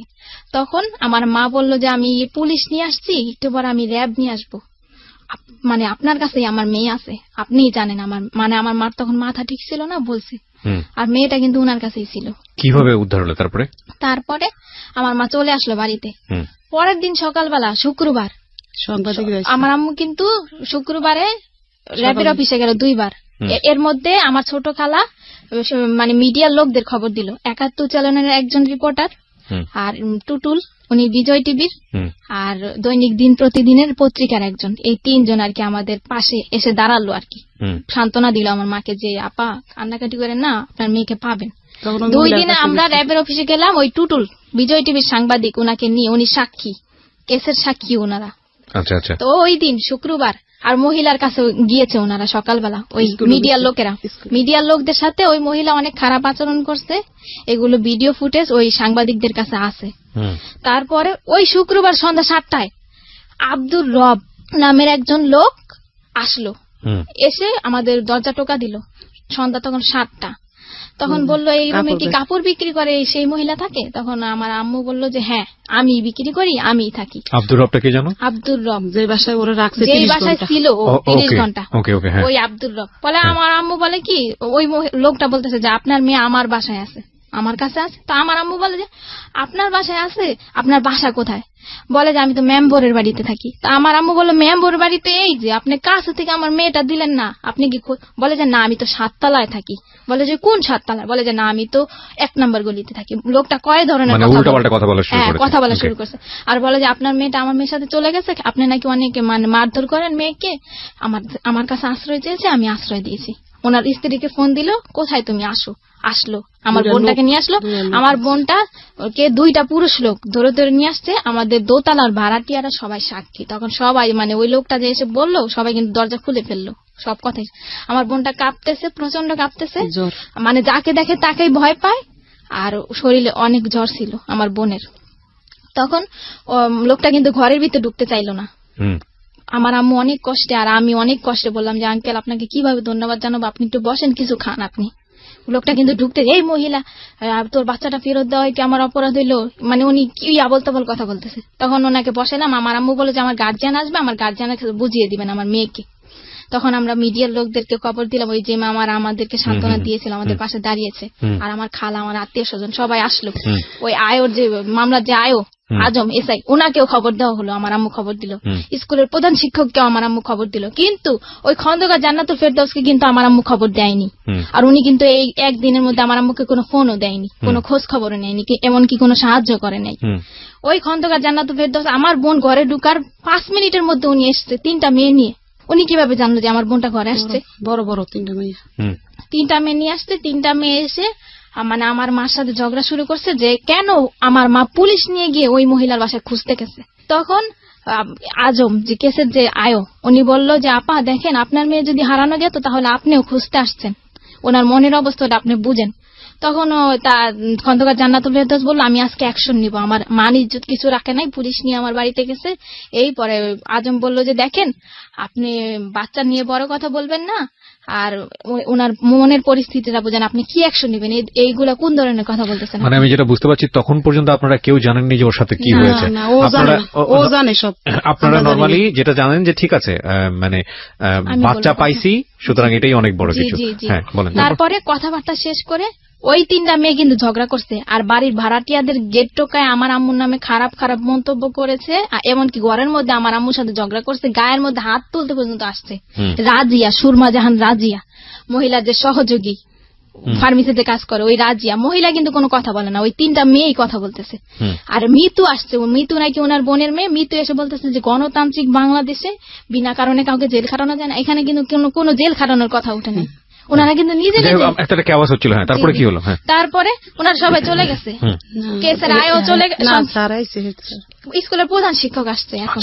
প্রধান শিক্ষক এসে বলতেছে যে এই মেয়ের মা মেয়েকে অনেক অত্যাচার করে, মেয়ে আমার কাছে অনেকদিন বলছে স্কুলে, এই মেয়ের মা মেয়েকে এত অত্যাচার করছে যে মেয়ে চলে গেছে অন্যদের বাড়িতে। তখন হেড স্যার ওকে গিয়ে ধমকাচ্ছে ভিতরের রুমে, যে এই মেয়ে, মানে ওকে নাম ধরে বলতেছে যে তুই কার সাথে গেছিস। তখন ও বলছে যে তাসনিম, বলে যে কশাকার তাসনিম না খশাকার তাসনিম। এই প্রশ্নটা ওকে 3বার করা হয়েছে, ও কিন্তু বলছে যে কশাকার তাসনিম। আর হেড স্যার কিন্তু জানে যে ও তাসনিমের সাথে চলে, আর খশাকার তাসনিম নামের কোনো মেয়েই নাই। তখন ওকে ধমকানো হলো, কিন্তু আমরা কিন্তু তখন বুঝি নাই, ওকে চোখ গোড়ানি দেওয়া হয়েছে আমার সামনে, আর আমার 2 খালা, আমার নাম কবি না, কিন্তু মানে ওকে চোখ গোড়ানি দেওয়া হয়েছে, আমরা কিন্তু বুঝি নাই যে কেন ওকে চোখ গরম দিচ্ছে। স্যার চলে গেছে, সবাই চলে গেছে। তখন পত্রিকার একজন লোক ছিল, আমার ছোট খালা ছিল। তখনই আমার বোনের অবস্থা, শারীরিক অবস্থা, তখন ওই মিডিয়ার লোকের একটা মানে একটা জবানবন্দি দিল, ওর কাছ থেকে জবানবন্দি দিল। মানে ওই মুহূর্তে ও যা বলেছে আমি তাই বলতেছি। ও বললো যে তোমার সাথে কি কি ঘটেছে। তখন ও বলছে যে তাসনিম, সাইমা, সুমাইয়া, এই 3 জনই ওদের ক্লাসে পড়ে। এই 3টা মেয়ের সাথে কোচিং ছুটির পরে আমি গেছি খন্দকার জান্নাতুল ফেরদৌসের ফার্মেসিতে। যাওয়ার পর মহিলা একটা রুমালের মধ্যে কি দিছে, আমি তারপর আমার আর কিছুই মনে নেই। পরের দিন সকালবেলা আমি উঠে দেখি যে আমি আব্দুর রবের বাড়িতে, ওই যে সাইমাদের বাড়িতে। সাইমার বাবা কিন্তু আব্দুর রব। এতটুকু আমি ওর মুখ থেকে শুনতে চাই, মানে আপনার পাশে যে আপনার বোনটা বসে আছে, ছোট বোন, ওকে একটু মাইক্রোফোনটা দেন। আচ্ছা, যদি শুধু খালি এটুকু বললেই হবে যে তুমি যে তোমার বোনের কাছ থেকে এতক্ষণ যে কথাগুলো শুনতেছিলা, বা ও যেটা বললো তোমার সম্পর্কে, এটা কি সত্যি? জি। আপনি চুপ থাকেন, আপনি আমার সাথে কথা বলতে দেন, আপনার ইন্টারভিউ দরকার নাই। একটা যেটা হচ্ছে যে তোমার নামটা তুমি বলিনি, হ্যাঁ, তুমি আমার সঙ্গে একটু গল্প করো। আমি অনেকক্ষণ ধরে তোমাকে অবজার্ভ করছি, তোমার মানসিক অবস্থা খুবই খারাপ, এবং তুমি ভেঙেও পড়েছো অনেকখানি। তোমাকে কি ফার্মেসিতে নাকে রুমাল দেওয়ার মতো কোনো ঘটনা ঘটেছে? কি হয়েছে, কি করেছে বলো? তোমরা 3জন ওখানে গেলা কেন, কি হলো? কোচিং ছুটির পরে তাসনিম, সুমাইয়া আর সাইমার সাথে বলছে যে তুমি ফার্মেসিতে যাবা। আচ্ছা, কে বলেছে এটা? তাসনিম। আমি বলেছি যে তাসনিম ফার্মেসিতে যেতে বলেছে তোমাকে? জি। তো তুমি ছুটির পরে তো বাসায় যাবা, তোমাকে ফার্মেসিতে যেতে বললো কেন? বলছে যে ফার্মেসিতে না গেলে আমার ভিডিওটা ইন্টারনেটে ছেড়ে দেবে। ভিডিও বলতে? কিসের ভিডিও? দাঁড়াও 1 মিনিট, তুমি বলো। হ্যাঁ, কিসের ভিডিও? একটা খারাপ ভিডিও। কি ভিডিওটা কে করেছে তোমার? না তোমরা কোনো হেল্প করো না, ওকে বলতে দাও না, ওকে বলবো।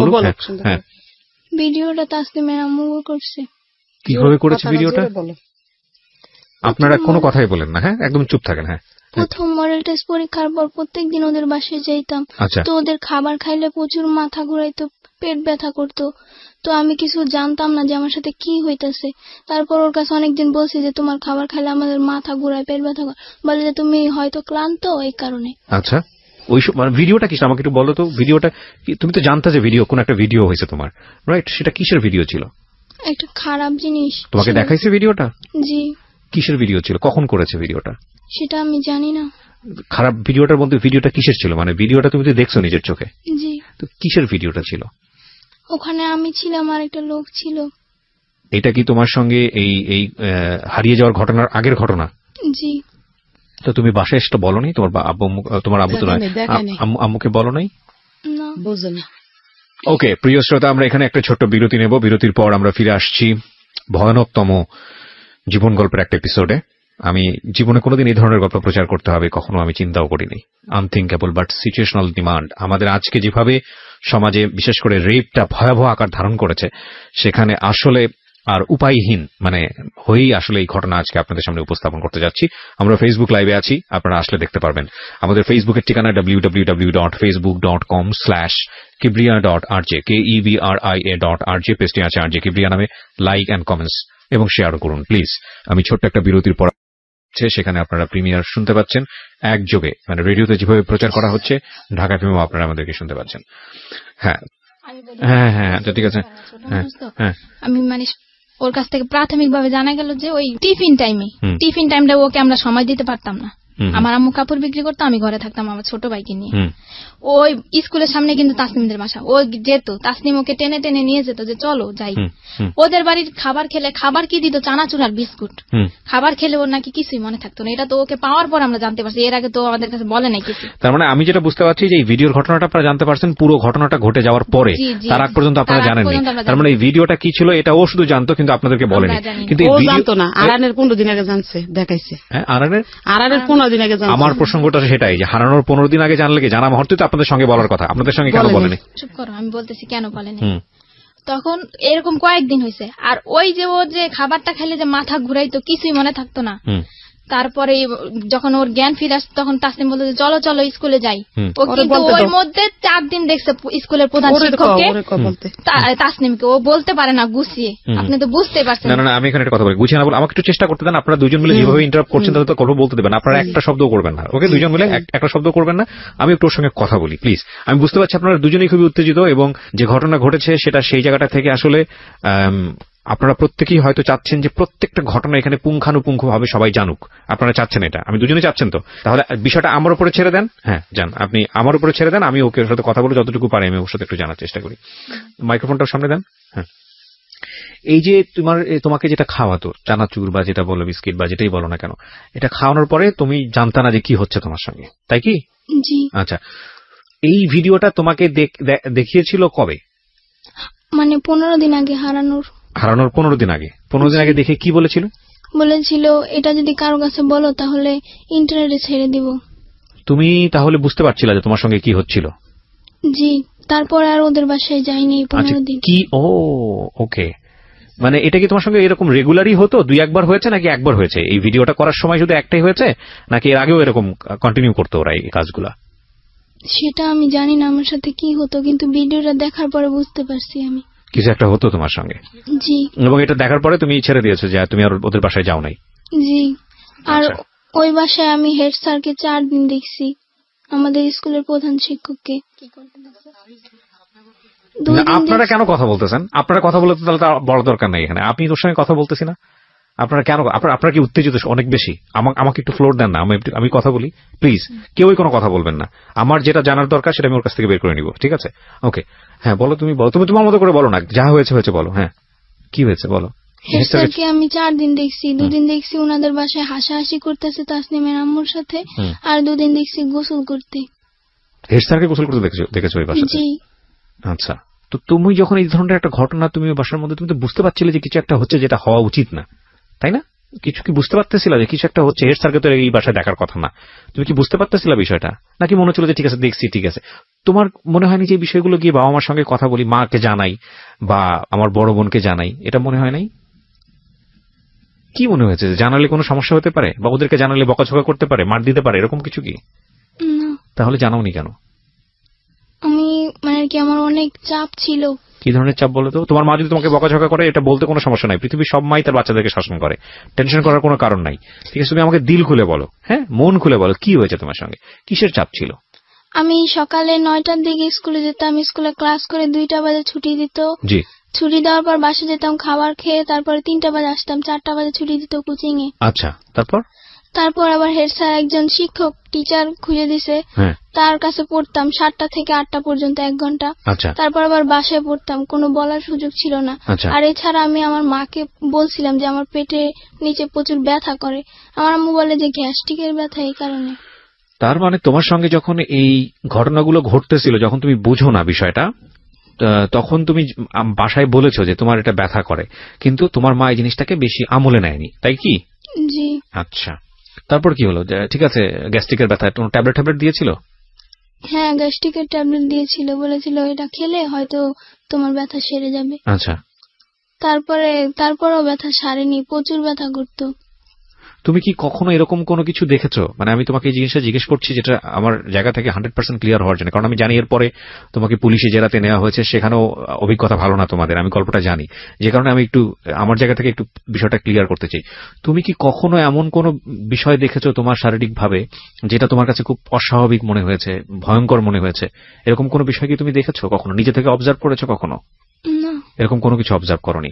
এখানে একটা নোটিস করার মতো বিষয় আছে প্রিয় শ্রোতা, সেটা হলো যে যাকে ওনারা অ্যাকিউজ করছেন, আমি কিন্তু আবারও বলেছি, অনুষ্ঠানের শুরুতেই বলেছি, এটা এখন পর্যন্ত প্রমাণিত না, যাকে ওনারা অ্যাকিউজ করেছেন তিনি একজন ডক্টর ছিলেন, তথাকথিত ডক্টর, যেটাই বলি না কেন, কোনো পত্রিকার রিপোর্ট এসছে উনি একজন ভুয়া ডাক্তার, তো ইনি একজন ফার্মাসিস্ট ছিলেন, যাই থাকুক না কেন। সুতরাং এই ধরনের বিষয়গুলো সম্পর্কে ওনার মোটামুটি একটা ভালো দখল ছিল। তো তোমাকে ভিডিও দেখানোর ভয় দেখাচ্ছে 15 দিন আগে, এই ভয়টা ওরা কেন দেখিয়েছে সেটা আমি জানি না। না, কিন্তু তোমাকে ভয় দেখালে তো কোনো একটা কারণে দেখাতে হবে। আজ তুমি ওদের বাধ্য ছিল না বা কিছু? তোমার বড় বোনের বোধহয় বলতে চাচ্ছে কিসের কারণে ভয়? মানে ভিডিওটা কেন দেখাইছে, যে ওই তাসনিমকে প্রশ্ন করছে যে তোমাদের বাড়ি খাবার খেলে আমার কেন এমন লাগে, হ্যাঁ, তখন কিন্তু ও বলছে যে তোমাদের বাসা আমি আর যাবো না। আচ্ছা, এই না বলছে যে যাবে না, এজন্য ওকে ফার্মেসিতে ডেকে নিয়ে ভিডিওটা দেখাইছে আর বলছে যে তুমি আমাদের কথা শুনতে বাধ্য। ও, তার মানে বিষয়টা হচ্ছে এরকম যে ও যদি বাসায় না যায় তাহলে আলটিমেটলি এই ভিডিওটা পাবলিশ করে দেবে বা এরকম কিছু একটা করেছে। আর যদি তোমার পরিবারের কারো কাছে বলো তাহলে তোমাকে টুকরা টুকরা করে পাচার করবে, এটা ওর কাছ থেকে জেনেছি আমরা, ওকে পাওয়ার পরে। আচ্ছা, এর আগে কিন্তু আমাদের বলে নাই। তার মানে এই জিনিসটা খুব প্ল্যান ছিল আপনাদের কথা অনুযায়ী, এবং এটা অনেকদিন ধরে ওর সঙ্গে হয়েছে। তো নোটিশ করেছে আপনাদের বাসাতে যে আমার তলপেটে ব্যথা করছে, যেটা খুব স্বাভাবিকভাবে আমরা বলতাম যে তুমি হাত ধোও না আর তুমি পানি খাও না, এজন্য তোমার পেটে ব্যথা করে, আর প্রচন্ড পেটে ব্যথা কান্না করতো। আজকে খেয়াল রাখেন এই সেন্টেন্সগুলা, এই বিষয়গুলা প্রিয় শ্রোতা, আমি বারবার আপনাদেরকে বলছি যে আমি বহুবার রেডিওতে বহুবার এই জিনিসগুলো খুব ডেডলি, খুব সাহসের সঙ্গে উপস্থাপন করেছি। আমি জানি না বাংলাদেশে কোনো মাধ্যমে এতটা মানে ডেডলি কোনো সোশ্যাল ইস্যু, কোনো ফ্যামিলি ইস্যু কখনো আসে কিনা। আমি সেজন্য সমালোচিত হয়েছি বিভিন্ন জায়গাতে, সোশ্যাল মিডিয়াতে অনেক উল্টাপাল্টা কথাও বলা হয় আমাকে নিয়ে, আমি বাট সেটার জন্য আমার কোনো কনসার্ন নেই। বাট আমি আপনাদেরকে বলি যে শিশু যৌন নির্যাতন বা সেক্সুয়াল অ্যাবিউজ, এটার যে মানে রেট কতটা ভয়াবহ সারা দুনিয়াতে, বাংলাদেশে তো অবশ্যই। কোন শিশু যদি কোনো পার্টিকুলার বিষয় নিয়ে কোনো কথা বলে, শরীরের কোনো একটা পার্টিকুলার বিষয় নিয়ে, সেটাকে এই যে ওনারা যেভাবে মানে উড়িয়ে দিয়েছেন যে ঠিক আছে তুমি হাত ধো না সেজন্য তলপেট ব্যথা করে, তুমি ঠিকমতো খাওয়া দাওয়া করো না, তোমার গ্যাসের প্রবলেম, কিন্তু এই সামান্য ঘটনা যেটাকে সামান্য মনে করছে সেটা যে কত অসামান্য এবং কত ভয়ানক রকমের সমস্যা হতে পারে এই সামান্য ব্যথার পেছনে, এটা যদি পরিবার আগে থেকে খেয়াল করতো তাহলে হয়তো এই মেয়েটার জীবনে এরকম দিন হয়তো বা আসতো না। আমি একটু সামনের দিকে আরেকটু আগাতে চাই। তো তুমি বলো, ওকে দেন, ফার্মেসিতে নিয়ে যাওয়ার পরে তোমার কি মনে আছে যতক্ষণ পর্যন্ত তোমার সেন্স ছিল কি করা হয়েছে তোমার সঙ্গে একটু বলো তো? ওই রুমাল ধরা পর্যন্ত কি কথাবার্তা হচ্ছিল তোমার সঙ্গে? একটা হলো তোমাকে ভিডিও দেখালো, ভয় টয় দেখায় তোমাকে ফার্মেসিতে নিল, তো ফার্মেসিতে যাওয়ার পরে তোমার সাথে কি কথাবার্তা হচ্ছিল যতটুকু তোমার মনে আছে সেন্স হারানোর আগ পর্যন্ত? ওকে দেন।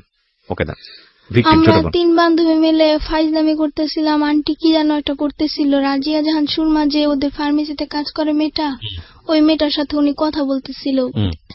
3-4 মিনিট পরে দেখি উনি একটা রুমালের মধ্যে কি যেন দিতেছে। তো আমি জিজ্ঞেস করছি, আন্টি কি করেন? তা বলে কি, চুপ করো, একটুখানি বসো।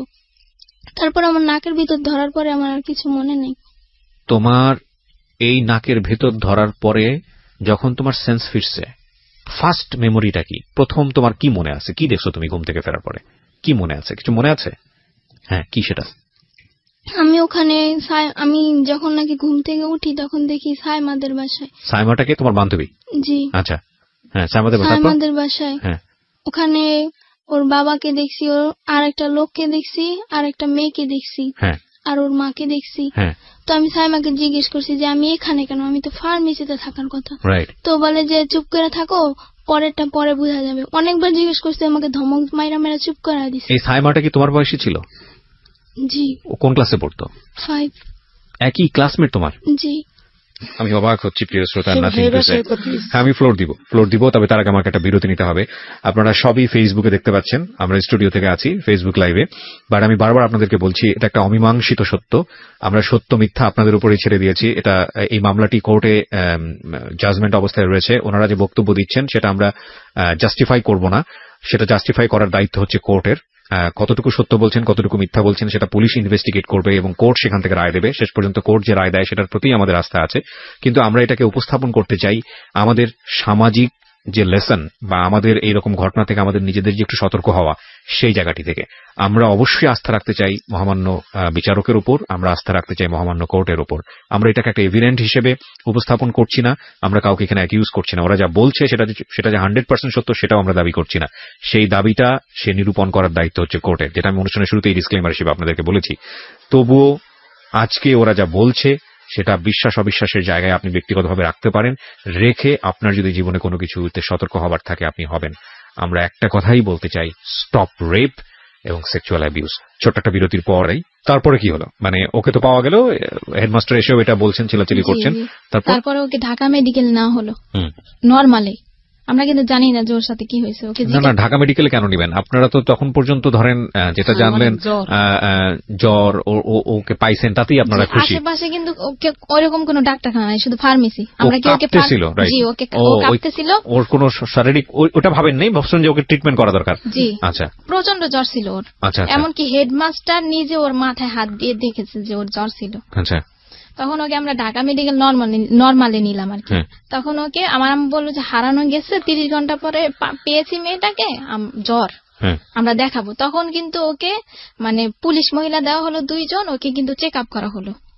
আচ্ছা, ওই মেডিকেল থেকে দেওয়া হলো? জি, চেক আপ করা হলো। চেক আপ করার পরে ওকে ওসিসি তে দেওয়া হলো। আমরা কিন্তু ওসিসি চিনি না, ওকে ওসিসি তে দেওয়া হলো। ওসিসি তে ভর্তি করার পরে আর ওই মহিলা চেক আপ করার পরে বলছে যে আপনার মেয়ে তো মানে হয়েছে, ওর সাথে খারাপ কিছু হয়েছে। এটা কে বলেছে? পুলিশ বলেছে নাকি? মানে চেক আপ করার পরে আমরা কিন্তু বলছি যে হারানো গেছে মেয়েটা, জ্বর, আমরা দেখাবো। ও মানে মেডিকেল থেকেই বললো যে। হ্যাঁ, বলেন। হ্যাঁ, আমি রুমের ভিতরে, মানে ডাক্তার নাই ওদিন, শুক্রবার বন্ধ, ডেলিভারি রুগী অগল ঢুকছে সমানে, তো ডাক্তার নাই। তারপর একজন ডাক্তার আসছে ডেলিভারি রুগী থেকে ওরে দেখবো, সে নর্মালে দেখবো। দেখার পর আমি বলছি হারাই গেছে, এই কথা বলছি। হারাই গেলের কথা বললে ওই জায়গা করে পরীক্ষা নিরীক্ষা করে যে হারাই গেছে, মানে কোনো সমস্যা হয়েছে কিনা। তখন মহিলা পুলিশ দিচ্ছে একজন আর পুরুষ পুলিশ 2 জন। এই 3 জন আমাদের সাথে এই 11টার থেকে 3টা পর্যন্ত দাঁড়াই ছিল। দাঁড়াই থাকার পরে চেক করছে ওরে। আমার বোনও ছিল লগে, আমার ওই সাংবাদিক উনিও ছিল একজন পেপারের। ওইরা উনি বলে যে এই বাচ্চার সাথে তো খারাপ কিছু হয়েছে, একের অভিজ্ঞবার। তখন আমি মনোওয়ালের লগে জানেন নিজে পয়রা গেছি, আমার বাচ্চার সাথে কি হয়েছে। তখন আমার সকাল ওসিজিতে ঢুকাই দিয়েছে রাইতে 3টা বাজে। আমি রাইতে ছিলাম, সকালে বাসায় গেছি। আবার আমার আর থাকতে দিছে না ওইখানে মা থাকতে পারে না। জি, আমি বলতে চাই, আর ওকে যখন পাওয়া গেল ওই কিন্তু এই ভিডিওর কথাগুলো আমাদের কাছে বলে নাই। আচ্ছা। শুধু ওই ফার্মেসির কথাই বলছে। তখনও জানে না? তখনও আমরা জানি না যে ও জানে। তারপরে ওকে ঢাকা মেডিকেলে 4 দিন রাখা হলো, এবং কি ঢাকা মেডিকেলের পুলিশরা ছাড়পত্র দিয়ে বললো যে আপনারা কি মামলা করছেন? তখন আমার আম্মু বলে যে না, বলে যে আপনারা মামলা করেন, আসামিদেরকে গ্রেফতার করেন। জি, তখন আমরা মামলা করতে গেলাম। আমার মার কেস নেয় না থানায়। নিবে না আমার আম্মুর কেস। ঘরে পাঠাইছে। কি করেছে আপনাকে থানা থেকে বলেন তো? থানায় আমার মামলা নেয় না, হ্যাঁ কয় কি মেডিকেলের রিপোর্ট যাব না আসবো, এবার আমরা মামলা করতে পারবো না। আচ্ছা তখন ওই সাংবাদিক করে ফোন দিছি, ওরা গেছে হ্যাঁ গেছে এবার মামলা লইব, অন কি করবো, আইওরে পাঠাইছে মেডিকেল, হ্যাঁ আইও যায়া মোবাইলে মাইয়ার জবানবন্দি নিয়ে আসছে, তারপর মামলা করছে। মানে আয়ু সহযোগিতা করছে? হ্যাঁ আইও মেডিকেল পাঠাইছে ওসি। আচ্ছা যাইয়া মেডিকেল থেকে না ওনাদের কিছু ফর্মালিটিস আছে সেটা মেইনটেইন করতে হবে। ওইটা কইতে পারে নাই, ভিডিওর গুলা বলতে পারে নাই, পরে অসুস্থ ছিল। আচ্ছা বলছে আমি ওই না সানবারে গেছি, তারপরে দেখি সাইমাকে বসে, এইটুকু পর্যন্ত বলতে পারছে। হ্যাঁ তারপরে আইনা ওসির কাছে দিছে, ওসি গ্লেস লেখছে, আসামি ধরছি আনছি থানায়। হ্যাঁ ওই সুমায়ার মারে ধরাই নেই, হ্যাঁ সুমায়ার মাঝে এই লোক জড়িত আমরা জানি না। তো আপনি আসামি কাকে মনে করেন? আরেকটা আসামি কথা আমি ওই বলতে চাই। ডাক্তারের বেডি তাসলিমের আম্মু ডাক্তার, হ্যাঁ তার সহকর্মী, ওই যে ভিডিও রেকর্ডিং করছে যে মায়েরে, আর যে আব্দুল রবের বাসায় বই আবার ঘটনা হয়েছে ওর সাথে খারাপ কিছু, হ্যাঁ আব্দুল রবরে ধরাইছি। আচ্ছা তিনজন আসামিকে আপনি মামলা ধরে নিয়ে এসে পরে মামলা হয়েছে না, নাকি? মামলা করার পরে গাড়ি দিছে নিয়ে আসছে। মামলার এজাহারটা আমার কাছে আছে, আপনারা নিয়ে এসছেন, আমি একটু ফটোকপি আছে আমার কাছে। প্রিয় শ্রোতা, আমি খুব কিছু অল্প অংশ আপনাদেরকে একটু শোনাতে চাই। আমার মনে হয় যেটা পত্রিকার রিপোর্টটা কি কবে হয়েছে? মামলা হওয়ার পরে? মামলা হওয়ার পরে কোর্ট উড়াইছে যেদিন এদিন। আচ্ছা তাহলে আমি একটা কাজ করি, আমি বরং পত্রিকার রিপোর্টটাই আপনাদের একটু পড়ে শোনাই, তাহলে আপনারা বুঝতে পারবেন যে কি ঘটনা ঘটেছে এবং ঘটতে চলেছে। এটা হচ্ছে একটা স্থানীয় পত্রিকা, আমি যদি ভুল না করে থাকি দৈনিক আলোর জগৎ, আমার আইডিয়া নাই পত্রিকা সম্পর্কে। এটা হচ্ছে 15 নভেম্বর 2018 এই পত্রিকায় যেটা এসছে, টাইটেলটা ছিল এরকম যে রাজধানীর শ্যামপুরে ধর্ষণ মামলায় ভুয়া ডাক্তার সহ 3 জন গ্রেপ্তার। রাজধানীর শ্যামপুর থানাধীন ধোলাইপাড় সরকারি প্রাথমিক বিদ্যালয়ের 5ম শ্রেণীর এক ছাত্রীকে ধর্ষণের অভিযোগে 3 জনকে আটক করেছে পুলিশ। বাদী সালমা আক্তার 40, যিনি আজকে আমার সঙ্গে স্টুডিওতে আছেন, তিনি জানিয়েছেন গত 8 নভেম্বর বৃহস্পতিবার আইরিন ব্র্যাকেটে ছদ্মনাম, আপনি আপনার মেয়ের নাম এখানে ব্র্যাকেটে ছদ্মনাম ব্যবহার করেছেন, আমরা নিজেরা নাম উচ্চারণও করিনি আজকে এখানে। স্কুল কোচিং শেষ হয় বিকাল 3টায়, কিন্তু তার মেয়ে বাসায় না ফিরলে সে স্কুলে যায় এবং স্কুল বন্ধ দেখে প্রধান শিক্ষককে ফোন দেন এবং স্কুল সহ পরিচিত লোকজন ও আত্মীয় স্বজনদের কাছে খবর নেন। এক পর্যায়ে এলাকার মাইকিং করলে কোনো খবর না পেয়ে শ্যামপুর থানায় একটি সাধারণ ডায়েরি করেন, তার নম্বর হচ্ছে 341, তারিখ হচ্ছে 8/11/2018। পরের দিন শুক্রবার সন্ধ্যা আনুমানিক 7টায় তারা জানতে পারেন তাদের মেয়ে মামলায় অভিযুক্ত আটককৃত আসামি আব্দুর রবের বাসায় আছে। তৎক্ষণাৎ তারা আব্দুর রবের বাসা থেকে অচেতন অবস্থায় তার মেয়ে আইরিনকে উদ্ধার করে তাদের বাসায় নিয়ে আসে।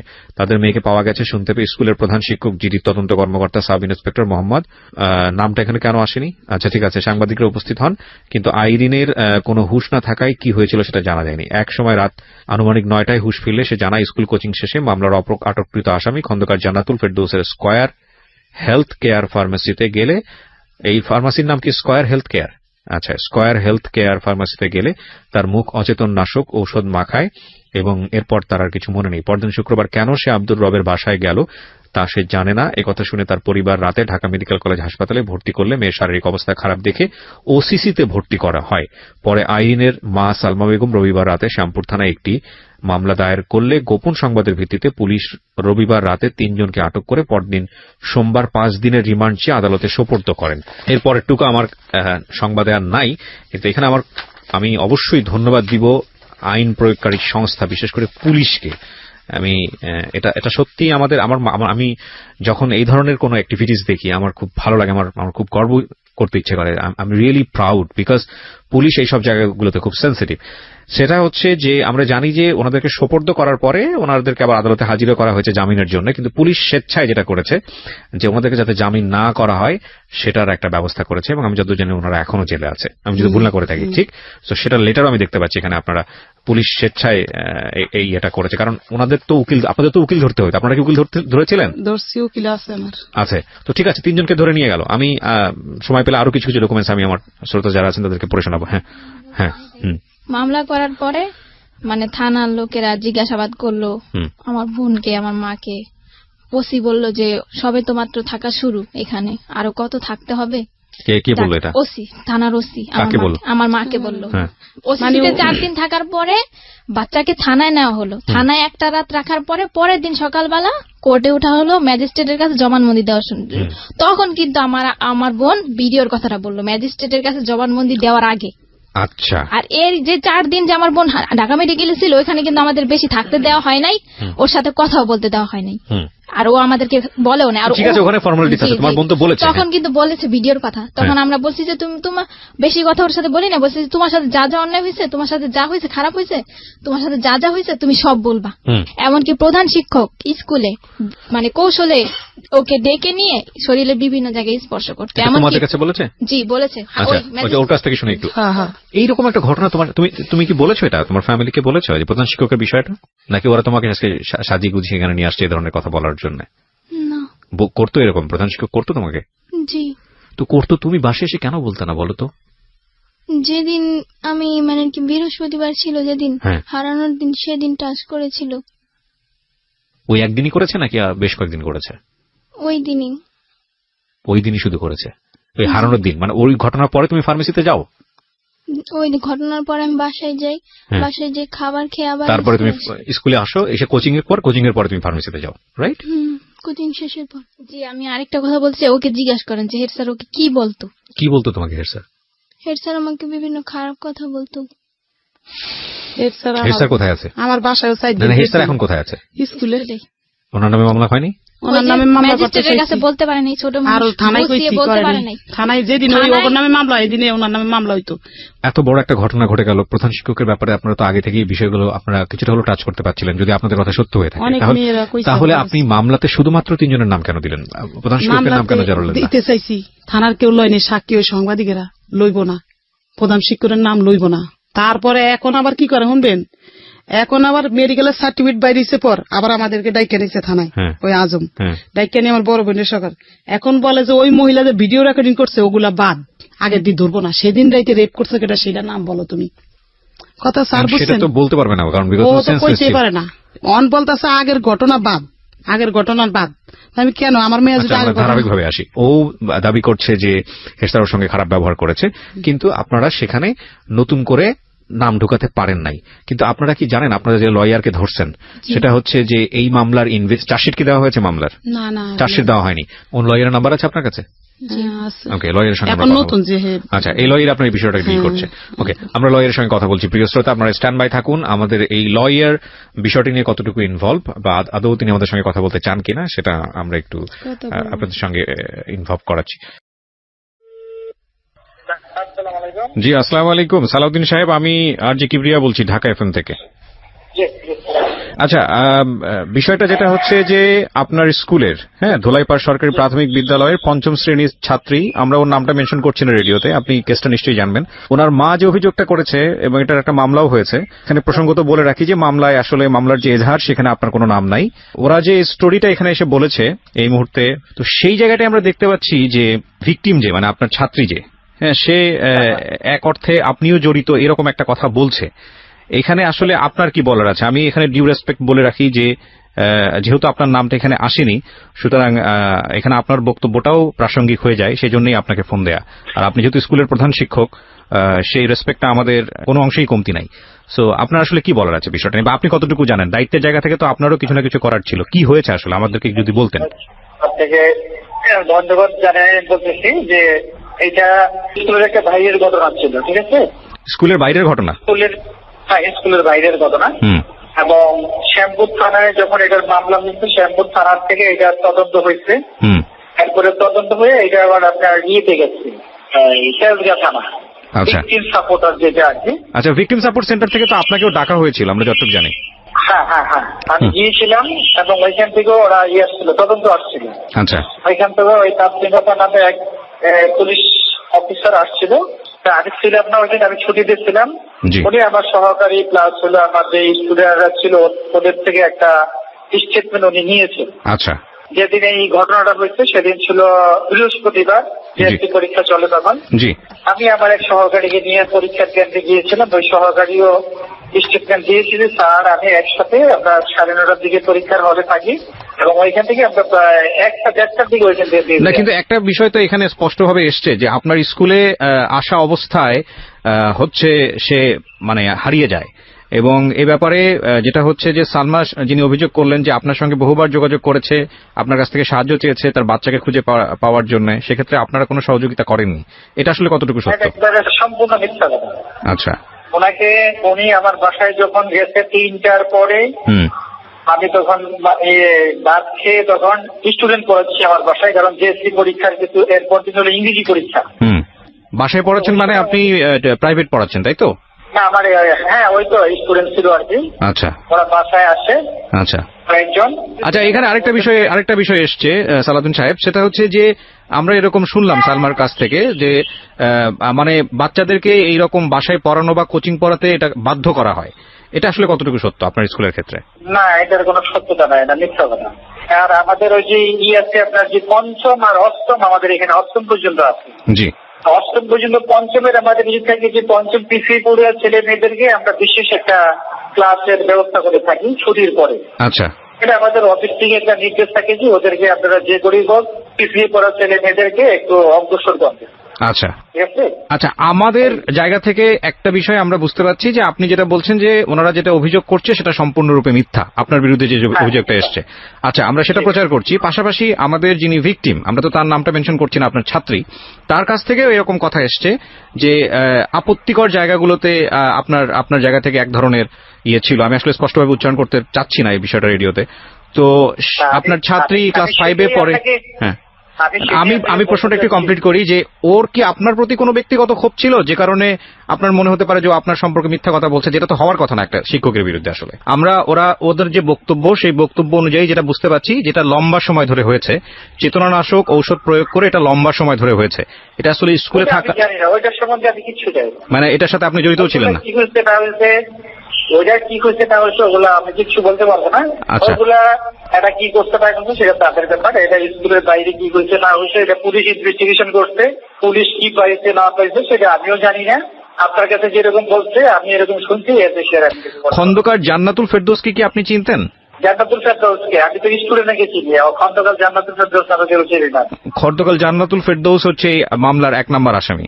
এনার তো আপনাকে চেনার কথা, এতদিনে তো জানার কথা। আপনার স্কুলের ছাত্রী, সে ভিকটিম হয়েছে, আপনি তাকে চেনার কথা। কেউ যদি তাকে কিছু করে থাকে আমরা বলছি বারবার যে তার আমরা বিচার চাই। আমরা এলাকাবাসী এটা নিয়ে অনেক মিটিং করছি। আমার স্কুলে কমিশনারের সাথে আমি আলাপ করছি, আমাদের যে স্থানীয় কমিশনার আবু ভাই, তার সাথে আমি আলাপ করছি। আমাদের স্থানীয় এমপি সানজিদা, তার সাথে এই ব্যাপারটা নিয়ে আলাপ করেছি এবং লোকাল যত লোক আছে সবার সাথে আলাপ করছি এই ব্যাপারটা নিয়ে যে আমরা কি করতে পারি। না, অফকোর্স এটা আমরাও সেটাও চাই। কিন্তু আপনার স্কুল থেকে তো ভিকটিম মানে আপনার ছাত্রী সে চলে গেল, স্কুল থেকে বের হয়ে অন্য একটা স্কুলে ভর্তি হয়েছে। আপনারা কি চাইলে তাকে নিরাপত্তা দিয়ে স্কুলে রাখতে পারতেন না? বা এই ব্যাপারে আপনাদের স্টেটমেন্ট আসলে কি ছিল? আপনার ছাত্রী যে ভিকটিম, সে তো আপনার স্কুলে এখন আর পড়ছে না, সেখান থেকে অন্য একটা স্কুলে চলে গেছে আমরা যতদূর জানি। সে তো পরীক্ষাই দেয় না। সেটা কি আমার থেকে পরীক্ষা দিবে? সে পরীক্ষাই দেয় না। পরীক্ষা তো সে দিতে পারে নাই, দেয় নাই না পরীক্ষা, সে দিতে পারে নাই। আপনি বোধহয় খোঁজ খবর রাখেন না? না, আমি তারে পরে ফোন দিচ্ছি যেদিন তার মা এসে আমার থেকে অ্যাডমিটটা নিয়ে গেল। আমি বললাম যে ওরা পরীক্ষার হলে পারেন, কারণ আমরা কিন্তু পরীক্ষার হলে থাকি না, আমরা থাকি অন্য জায়গায়। পরীক্ষার দিনও আমি ফোন দিচ্ছি তারে, যখন হলের থেকে ফোন দিচ্ছি যে আপনার এই স্টুডেন্ট আসছেন, তখনও তার আমি ফোন দিচ্ছি। সে আমাকে অকথ্য ভাষায় গালিগালাজ করে ফেরাই যাচ্ছে। এটা আপনাকে গালিগালাজ কেন করেছে? আমি জানি না সে কেন করছে। সে একটা মানুষকে কারণ ছাড়া অকথ্য ভাষায় গালিগালাজ করলে আপনি কোনো স্টেপ নিলেন না? আমি কি দেবো তার কিছু? আমার দরকার নাই তো। না, কিন্তু আপনি তো স্কুলের প্রধান শিক্ষক, আপনার সঙ্গে স্কুলের ইমেজ জড়িত।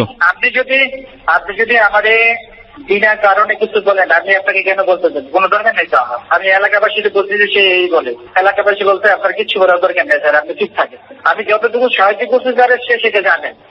আমি তাহলে এইখানে স্থানীয় পোলাবাহিনী দ্বারা খোঁজার অনেক ব্যবস্থা করছি। আপনি স্থানীয় পোলাপান দ্বারা খোঁজার ব্যবস্থা করেছেন, বিষয়টা আমি বুঝলাম না, মানে এটা একটু যদি পরিষ্কার করতেন।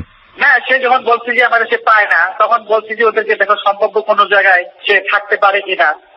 এই ধরনের এলাকার কিছু ছেলে মেয়েদেরকে আমি তার সাথে নিয়েই বলছি যে দেখো বাবা তোমরা। আপনি এলাকার ছেলে মেয়েদের কাছে কেন যাবেন? আপনি স্কুলের একজন দায়িত্বপ্রাপ্ত ব্যক্তি, আপনি যাবেন পুলিশের কাছে। পুলিশের কাছে তো রাতে গেছি আমরা। না, আপনি এলাকার ছেলে মেয়েদেরকে, এলাকার ছেলে মেয়ে কাদেরকে খোঁজের জন্য পাঠিয়েছেন? ওই মেয়েকে যে একবার আরেকটা ছেলের সাথে ধরে আনছিল ওই ছেলে এবং আরো কয়েকটা মিলাই চিনি, ওদেরকে আমরা পাঠাই। আচ্ছা, ওই মেয়েকে আরেকবার ধরে নিয়ে আসা হয়েছিল কোন একটা ছেলের সঙ্গে, আপনি সেটাই বলতে চাচ্ছেন? তো এটা আপনি নিশ্চিত?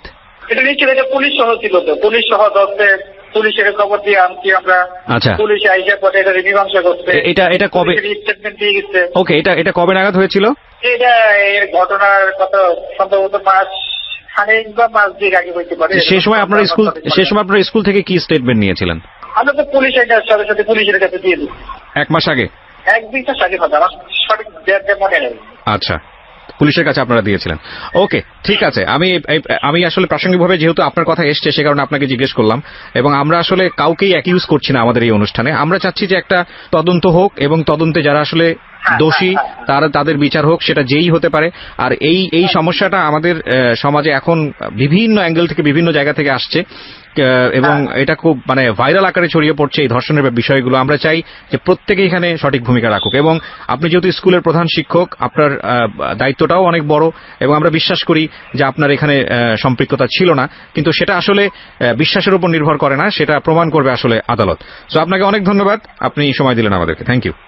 তো আমি যেটা বলছিলাম যে আপনার মেয়েকে আমি যেভাবে দেখতে পাচ্ছি তো মৃত, আমার কাছে মনে হচ্ছে যে এর মধ্যে আবার ঘটনা হয়েছিল। কি ঘটনা? ওই থানায় নিয়েছে আবার ওই মেডিকেলের রিপোর্ট আইসা থানায় নিয়েছে। আরে ওই ডিসি ডিউটি অফিসার নিয়ে দমকাইছে, আগের কথা বাদ, আবার আজমে দমকাইছে, আবার আমি দমকাইছি, কইছি তুমি গেছো কাগো বাসায় তোমার। এবার আমি ওর সাথে কথা বলবো, গলায় দড়ি দিছিল, গলায় দড়ি দিতে গেছে। আচ্ছা দেন, ওকে দেন, এটা দেন, মাইক্রোফোন দেন। তুমি আমার সঙ্গে কথা বলো 2টা মিনিট। হ্যাঁ, সবকিছু ভুলে যাও। আমি জানি যে ঘটনা তোমার সঙ্গে ঘটেছে, সেটার জন্য আল্লাহ কাউকে ক্ষমা করবে না। প্রথম কথা হচ্ছে এইটা, কারণ তুমি এখানে নিরপরাধ, তুমি জানো না যে তোমার সাথে কত ভয়ানক ঘটনা ঘটেছে। কিন্তু আমরা সবাই তোমার সাথে আছি। লাখ লাখ মানুষ তোমাকে শুনতেছে, পৃথিবীতে খারাপ মানুষের সংখ্যা বেশি না। হ্যাঁ, লক্ষ লক্ষ মানুষ তোমাকে শুনতেছে, সবাই তোমার জন্য দোয়া করবে আজকে রাতে। সুতরাং তোমার জীবন ভালো হবে, এটা তুমি নিশ্চিত ধরে নিতে পারো। আমি মন থেকে তোমার জন্য দোয়া করি। টেনশন করার কোনো কারণ নেই। জীবন এমন না যে এর একটা ঘটনার কারণেই থেমে যাবে। যারা অপরাধ করেছে, তুমি তো শুনলাই তোমার লয়ার কি বললো। এবং একটা সবচেয়ে বড় জিনিস যেটা, আপনাদের ঢাকা মেডিকেল থেকে যে রিপোর্টটা এসছে, যেটা বলা হলো, সেখানে কিন্তু প্রমাণ আছে যে ও রেপ। তার মানে এটা পুলিশের দায়িত্ব এটা খুঁজে বের করা যে কিভাবে এটা হলো। এটা পুলিশ যদি কোনো কারণে চার্জশিটের এদিক ওদিকেও কোনো কিছু হয়ে যায় যেটা আপনাদের মনোপুত হচ্ছে না, তার মানে এটাকে কোর্ট থেকে এটা ওকে করার কোনো সুযোগ নাই। সুতরাং আপনাদের আস্থা রাখতে হবে। কিন্তু আমি তোমাকে এইসব জিনিসের নিতেই চাই না, কারণ তুমি ক্লাস 5-এ পড়া একটা মেয়ে, তুমি এগুলা কিছু বুঝবা না। দুনিয়ার এত ভয়ানক জিনিস তোমার জীবনটাকে নষ্ট করে দিক, শেষ করে দিক, তোমাকে একেবারে এফোর করে দিক। আমি জানো না, আমি 2-2.5 ঘন্টা শুনতেছি, আমি ভারী হয়ে গেছি অনেকখানি। আমি শুধু চিন্তা করতেছি, দেখো এগুলো একটা সময় সবাই ভুলে যাবে, কিন্তু তোমার জীবনের দাগ সারা জীবন হয়তো তোমাকে সমাজ বাধ্য করবে বইয়ে বেড়ানোর জন্য। হয়তো তুমি আমার কথাগুলো বুঝতেও পারতেছ না, ভুলে যাও। তুমি আমাকে একটু বলো তো, এই তোমার সাথে এই ঘটনা ঘটার পর তোমাকে কয়বার থানায় যেতে হয়েছে এখন পর্যন্ত? অনেকবার। লেখাপড়া বন্ধ হয়ে গেছে? জি। কেন বন্ধ হলো? অনেকবার যেতে হয়েছে। যেদিন নাকি আমাকে ওসিসি থেকে ছাড়া দিয়েছে সেদিনও একদিন থানায় ছিলাম। তারপরে আবার অনেকবার ডাকাডাকি করছে, ওসি এসে জিজ্ঞাসাবাদ করছে। তারপর আবার থানায় একজন আছে, সেও জিজ্ঞাসাবাদ করছে। অনেকবার যেতে হয়েছে। লেখাপড়াটা বন্ধ করলা কেন? এটা কি তোমার মা বন্ধ করে দিয়েছে নাকি তুমি বন্ধ করে? তুমি কনসেন্ট্রেট করতে পারছো না? কি হয়েছে লেখাপড়া? তুমি তো 5-এ পরীক্ষা দেওয়ার কথা। পরীক্ষা দিতে পারিনি। যেদিন আমার পরীক্ষা ছিল সেদিন আমি করেছিলাম। কোর্টে ছিলা তুমি? জি। কোর্টকে জানাও নাই যে তোমার পরীক্ষা আজকে? না। ওই দিন কি হয়েছে? ওই যেদিন প্রথম পরীক্ষা সেদিন তো কোর্টে জবানবন্দি নিতে বললা কোর্টে। আর যেদিন পরীক্ষা সকালে, এদিন রাইতে তো আর রাইতে আমরা থানায় ওরে নিয়ে মেডিকেল তে ছাড় দিলে থানায় 1 রাত রাখে, 1 রাত থানা জমা নেয়, বুঝছেন? এটা কি মানে ক্লাস 5-এর ফাইনাল পরীক্ষার কথা বলতেছেন? হ্যাঁ, এই যে ফাইনাল গেল যে দিতে পারলো না, তো এখন 5-এ ভর্তি করছি, তো স্কুল ড্রেস বানাই দিচ্ছি। স্কুল চেঞ্জ করছেন? হ্যাঁ, ওই এলাকায় ছেড়ে দিচ্ছি আমি। এখন দোলাইপাড়া এলাকার থেকে গেছি কেন, গত মাসের 1 তারিখে গিয়ে ওই জায়গায় স্কুলে ভর্তি করছি। আমি একটু বলতে চাই, ওই মামলাটা করার পর আমাদের উপর 2বার হামলা হয়েছে। কিসের হামলা? আমাদের দোলাইপাড়া ছিলাম যে প্রেমগলিতে, ওই বাড়িতে 12 জন পুরুষ এসেছে। দরজা মানে অনেক জোরে জোরে ই করতেছে। তারপর তোমরা এলাকা ছেড়ে দিয়েছো? তখন আমার আম্মু পুরা বাড়ির ভাড়াটিয়াদের ডাকছে। তখন ওই লোক কিন্তু আমার মার সাথে অনেক খারাপ খারাপ আচরণ করছে। কোন লোক এটা? ওনার নাম হলো হাত কাটা আক্তার। ওনার হাতগুলো কাটা। উনি হলো মাস্তান, একজন মাস্তান, সবাই চেনে দোলাইপাড়া যে মিরাজি বাগের হাত কাটা আক্তার। 12 জন পুরুষ আসছে, ভাড়াটিয়ারা সাক্ষী। তখন ও মেডিকেল, ঢাকা মেডিকেলে তখন আসছে। আমার আম্মুর সাথে অনেক খারাপ আচরণ করছে যে আপনার সাথে আমরা আলাদাভাবে কথা বলবো, এর একটা মীমাংসা হওয়া দরকার, আমরা মীমাংসার জন্য আসছি। তারপরে আমার আম্মুর সাথে সাথে আমাকে নিয়ে শ্যামপুর থানায় গেছে, একটা জিডি করছি আমরা এই ঘটনার প্রেক্ষাপটে। জি। আর ওই দিন সকালবেলাও একজন এসেছে, যে ওই যে খন্দকার জান্নাতুল ফেরদাউস হচ্ছে ঘরে যে একটা মেয়ে থাকে মিতু, ওই মিতু একজন লোককে নিয়ে আসছে। ওই লোক আমাদেরকে খুঁজে পায় নাই। আমরা সকালবেলা মেডিকেলে ছিলাম, তো আমাদের বাড়ি এলাকাতে কি না কি জিজ্ঞেস করছে, জিজ্ঞেস করার পরে চলে গেছে, আমাদেরকে পায় নাই। ওই জিডির কাগজ আমাদের কাছে আছে। তারপরে কিছুদিন আগে যে আমার আম্মু যে কোর্টে গেল, সিএম কোর্টের বাইরে, জি সিএমএম কোর্টের বাইরে আসামি পক্ষের লোকের আমার আম্মুর ওড়না ছিঁড়ে ফেলতে নিছে, আমার আম্মুর উপর মানে যখনই দেখে খারাপ কথা বলে, তারপর আমার আম্মুকে হামলা করতে চায়। কোর্টে তো ওকেও নিয়ে যেতে হয়? না ও যায় না, আমার আম্মু বাদী, আমার আম্মু যায়। তো আমার আম্মু কোতোয়ালি থানায় একটা জিডি করছে, সাধারণ হামলা হওয়ার পরে সাথে সাথে আমার আম্মু একটা জিডি। এবং আপনারা জায়গাটা ছেড়ে দিয়েছেন। আপনি এখন কি করেন পেশায়? ওই কাপড় বিক্রি করি। কাপড়, বোরকা পরে কাপড়? আরানের আগে কলম না কিস্তি পাইছি, এই টাকা দিয়ে মাল উড়াইছি, বেচতে পারি নাই। তো আমার কিছু বলার নাই। ঘরে একটা আলমারি আছিল, ওইটা 10,000 টাকা বিক্রি করছি। একটা আলমারি বানাইছিলাম ওই কাপড় চোপড় রাখার লেগে, মানে এটা বিক্রি করে লাইছি। এটা দিয়ে যে গাড়ি ভাড়া বুড়া দিয়ে করে যাই, ওই টুকটাক করে উকিলের 300 টাকা আলমারি বিক্রি করার টাকা দিয়ে বেচ চালাইছি। ওটা দিয়ে চলতেছে। একটা কথা বলতে পারি, শুধু ইতিহাসের জঘন্যতম একটা এপিসোড প্রচার হলো আজকের এই জীবন গল্পে। আমাদের যে মনুষ্য পরিচয় না, এই মনুষ্য পরিচয়গুলা, আমরা ভয়ানক খারাপ মানুষ। আমার এই সব মানে সিলেবাস খুব সুন্দর করে কথাবার্তা বলা, এগুলো সব থেকে বের হয়ে আসে ভিতর থেকে, যেগুলো আসতে সেটা আমি বের করতে পারতেছি না। আমি সরি টু সে, আমরা ভয়ানক রকমের বাজে মানুষ। আমি সাধারণত কখনোই মানে এতটা বেশি পেসিমিস্ট, মানে এতটা বেশি হতাশ হই না, এতটা বেশি ঋণাত্মক কথাবার্তা বলি না। বাট আজকে আমার খুব বলতে ইচ্ছে করছে, কেন জানি। লেভেল থাকা উচিত তো, তাই না? মানে একটা হচ্ছে, এটা তো অবশ্যই একটা পারভার্টনেস, ভয়ানক রকম ভাবে বিকৃত মানসিকতার যারা, তারা এই ধরনের শিশু যৌন নির্যাতনের সঙ্গে জড়িত। কিন্তু এইটা ঘটনা ঘটে যাওয়ার পরে যে সিস্টেমের মধ্যে এদেরকে আমরা বেঁধে ফেলছি সঠিক বিচার পাওয়ার জন্য, হয়তো সেটার প্রয়োজনও আছে। এটা কি আরেক ধরনের রেপ না? একটা মানুষকে শেষ করে দেয়া না? এটা তো ভয়ঙ্কর রকম ভাবে, আমার কাছে সেটাই তাই মনে হয়। আপনারা দেখুন, যেখানে সমাজের মানুষের পাশে দাঁড়ানোর কথা, যেখানে সমাজের চারপাশের মানুষ, ওর বাড়িওয়ালা থেকে শুরু করে সবাই পাশে দাঁড়িয়ে বলা উচিত ছিল যে তোমাদের আজকে থেকে আমরা আছি তোমাদের পিছনে, টেনশনের কোনো কারণ নাই, ন্যায় বিচার পাওয়ার জন্য আমরা কাজ করব। সেখানে মাস্তানরা এসে ধমকি দিচ্ছে, সেখানে মাস্তানরা এসে বলছে যে এটা না করলে এটা মীমাংসা করতে হবে, কোর্টে গেলে অন্য টেনে ছিঁড়ে ফেলছে। আচ্ছা, আমরা কি মানুষ? বুঝলাম যে এই কাজটা করেছে সে ভয়ঙ্কর রকমের অমানুষ, তার মৃত্যুদণ্ড শুধুমাত্র এনাফ না, তাকে তো আমি মনে করি কেটে কেটে কেটে কেটে কুকুর দিয়ে খাওয়ানো উচিত। জীবন্ত অবস্থায় একটা হাত কেটে ফেলা হবে, কেটে ওটা কুকুরকে দেওয়া হবে তার সামনে, সে দেখবে তার শরীরের একটা অংশ কুকুর খাচ্ছে এবং সেটা সে ফিল করবে। তারপরে আরেকটা আঙ্গুল কাটা হবে, তারপরে পাটা কাটা হবে, এবং ওই পাটা ঠিক করা হবে, তারপরে ঠিক করার পর আরেকটা পা কাটা হবে, এবং তাকে জানানো হবে 1 ঘন্টা পর তোমার পা কাটা হবে, 2 ঘন্টা পর তোমার পা কাটা হবে, তাকে ভয় দেখানো হবে। তার পরিবারের ফ্যামিলি মেম্বারদের সবাইদেরকে মানে ফোকাস করা উচিত যে এই লোকের এই ফ্যামিলিতে থাকতো, এইরকম ভয়ানক রকম ভাবে শাস্তি হওয়া উচিত। ধুকে ধুকে একটা মানুষকে মারা হবে, এবং ধর্ষণের শাস্তি মৃত্যুদণ্ড, ব্যাস, দ্যাটস নট অল। মেরে ফেলা তো ফিনিশ, কয়েক মুহূর্তের হয়তো বা যন্ত্রণা, কিন্তু প্রতি মুহূর্তে এরা যা ফেস করবে সারাটা জীবন। দেখেন তো একটু চিন্তা করে, এই ফ্যামিলিতে একটা ছেলে আছে, সে তার নিজের মতো সংসার করছে, এখন ছোট্ট একটা বাচ্চা, এই 2 মেয়ে, এবং উনি কাপড় বিক্রি করে। ওর কথা বাদই দিলাম, ও তো বড় বোন। আমাদের সমাজের যে সামাজিকতা, আমরা কি পারবো ওকে একটা সঠিক জায়গায় পাত্রস্থ করতে? বা এই যে মেয়েটা বড় হচ্ছে, ক্লাস 5-এ যে একটা ধাক্কাটা পেল, ও সারাটা জীবন কি ট্রমার মধ্যে থাকবে আপনারা কি বুঝতে পারেন? ওই জায়গাটা থেকে ও কোন সাইকিয়াট্রিস্টের কাছে যাবে? ওর তো ভাত কেনারই পয়সা নাই, ও কোন সাইকিয়াট্রিস্টের কাছে যাবে? আমরা যখন গণমাধ্যমে এই একটা রেপের খবর পড়ি, আমরা যখন জানি যে একটা ছোট বাচ্চা রেপ হয়েছে, একটা ছোট বাচ্চা সেক্সুয়াল অ্যাবিউজ হয়েছে, আমরা উহু আহা করে স্ক্রল করে অন্যদিকে চলে যাই। মানে আমি ফেসবুকের কথা বলছি, শেষ। কিন্তু আমরা কি জানি একটা রেপের পর একটা ফ্যামিলিকে সারাটা জীবন রেপ সিস্টেমের মধ্যে চলতে হয়? সমাজ তাকে কিভাবে পরিমাণ রেপ করে, কিভাবে বাঁকা চোখে তাকাবে এর মায়ের দিকে, এর মেয়ের দিকে। একটু এই মেয়েটা যদি জীবনে একটু এদিক ওদিক থেকে করে, সবাই তাকে খোঁটা দেবে। আমরা আমাদের জায়গাটা থেকে কমই মানুষ হব, অন্তত এইসব সেন্সিটিভ জায়গাটা থেকে। ছি ছি ছি ছি ছি, একটা ছোট বাচ্চা যে দিন দুনিয়া বোঝে না। আমি অনেক বেশি হতাশ, আমি আসলে আজকের এপিসোডটাতে অনেক বেশি হতাশ, এবং আমার আর কিছু বলার নাই, নাথিং টু সে। তোমার কোনো স্বপ্ন আছে? তুমি স্বপ্ন বুঝো, মানুষ যে ভবিষ্যতে বড় হয়ে এটা হতে চায়, ওটা হতে চায়, এরকম কোনো স্বপ্ন আছে? দাঁড়ান, ওর কাছ থেকে শুনি। তুমি বলো তো, তুমি এখন কি স্বপ্ন দেখো? তোমার যা মন চাই বল, তোমার কথাতেই শেষ করবো আজকের অনুষ্ঠানটা। কি করবা তুমি? তোমার এই যে ঘটনাটা ঘটে গেছে এত কিছুর পরে, তোমার বাসাও চেঞ্জ হয়েছে, তুমি এখন কি করবা? কিছু চিন্তা ভাবনা আছে? কোনো চিন্তা ভাবনা নাই। আমি তোমাকে একজন ভালো সাইকিয়াট্রিস্টের কাছে ব্যবস্থা করে দিব। তুমি ওখানে যাবা, তুমি তোমার মা ওনাকে নিয়ে যাবেন, তোমার কাছ থেকে 1 পয়সাও নিবে না, ঠিক আছে? তুমি ওনার কাছে মন খুলে কথাবার্তা বলবা, এবং উনি তোমাকে কাউন্সিলিং দেবে। আমি তোমাকে ব্যক্তিগতভাবে এতটুকু হেল্প করব, কারণ আমি মনে করি এই আইন বলি, বিচার ব্যবস্থা বলি, এটা বলি, ওটা বলি, এগুলো দীর্ঘসূত্রিতা আছে, মানুষ একসময় সবকিছু ভুলে যাবে। কিন্তু তোমার ভেতরে যে ঘটনাটা থেকে যাচ্ছে, এটা তুমি সারা জীবন বয়ে বেড়াবা। এই জায়গাটার স্কুলিং আগে হওয়া উচিত। তোমার এই জায়গাটা ভুলতে হবে, তোমাকে নিজের পায়ে দাঁড়াতে হবে। আমি তোমাকে কথা দিচ্ছি যে আমি তোমাকে নিজে একজন সাইকিয়াট্রিস্টের ব্যবস্থা করে দিব, এবং খুব ভালো একজন নামী সাইকিয়াট্রিস্ট, উনি তোমার কাছ থেকে কোনো পয়সা নেবে না। হ্যাঁ, এবং আমরা আপডেটে থাকবো তোমার ব্যাপারে। তুমি আবার লেখাপড়া করতেছো, তুমি ঠিকমতো ফিরে গেছো, তোমার সবকিছুর ব্যবস্থা হয়েছে, আমি আমার লিসনারদেরকে জানাবো। যতদিন আমি রেডিওতে আছি আমি কমিটেড করছি, যদি তোমাদের সাথে আমার যোগাযোগ রাখা সম্ভব হয় আমি মাঝে মাঝে জানাবো যে তুমি কি করছো, তোমার পরীক্ষা কেমন হয়েছে, তুমি কি অবস্থায় আছো না আছো। তুমি সবকিছু ভুলে যাওয়ার চেষ্টা করবে আজকের পর থেকে। আর if any kind of problem, আমার নাম্বার তোমার কাছে থাকবে, তুমি আমার সাথে কথা বলবা, ঠিক আছে? ওকে, তোমার কিছু বলার আছে আমাদের যারা লক্ষ লক্ষ মানুষ এখানে যারা শুনছে রেডিওতে, তুমি তাদেরকে কিছু বলতে চাও?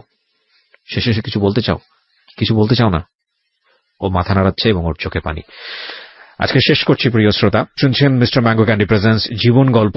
আমি জানি যিনি রেপ করেছেন তিনি এই অনুষ্ঠানটা শুনছেন, কারণ তার ভয় থেকে হয়তোবা তিনি শুনছেন। আপনাকে একটা কথা বলে শেষ করতে চাই, যদি এই দুনিয়ায় বিচার না হয়, আপনি তো মানুষ এবং আপনি সৃষ্টিকর্তা বিশ্বাস করেন, আপনার একটা ধর্ম আছে। আপনি একটু চোখ বন্ধ করে চিন্তা করে দেখেন তো আল্লাহ আপনার জন্য কি রেডি করে রাখছে।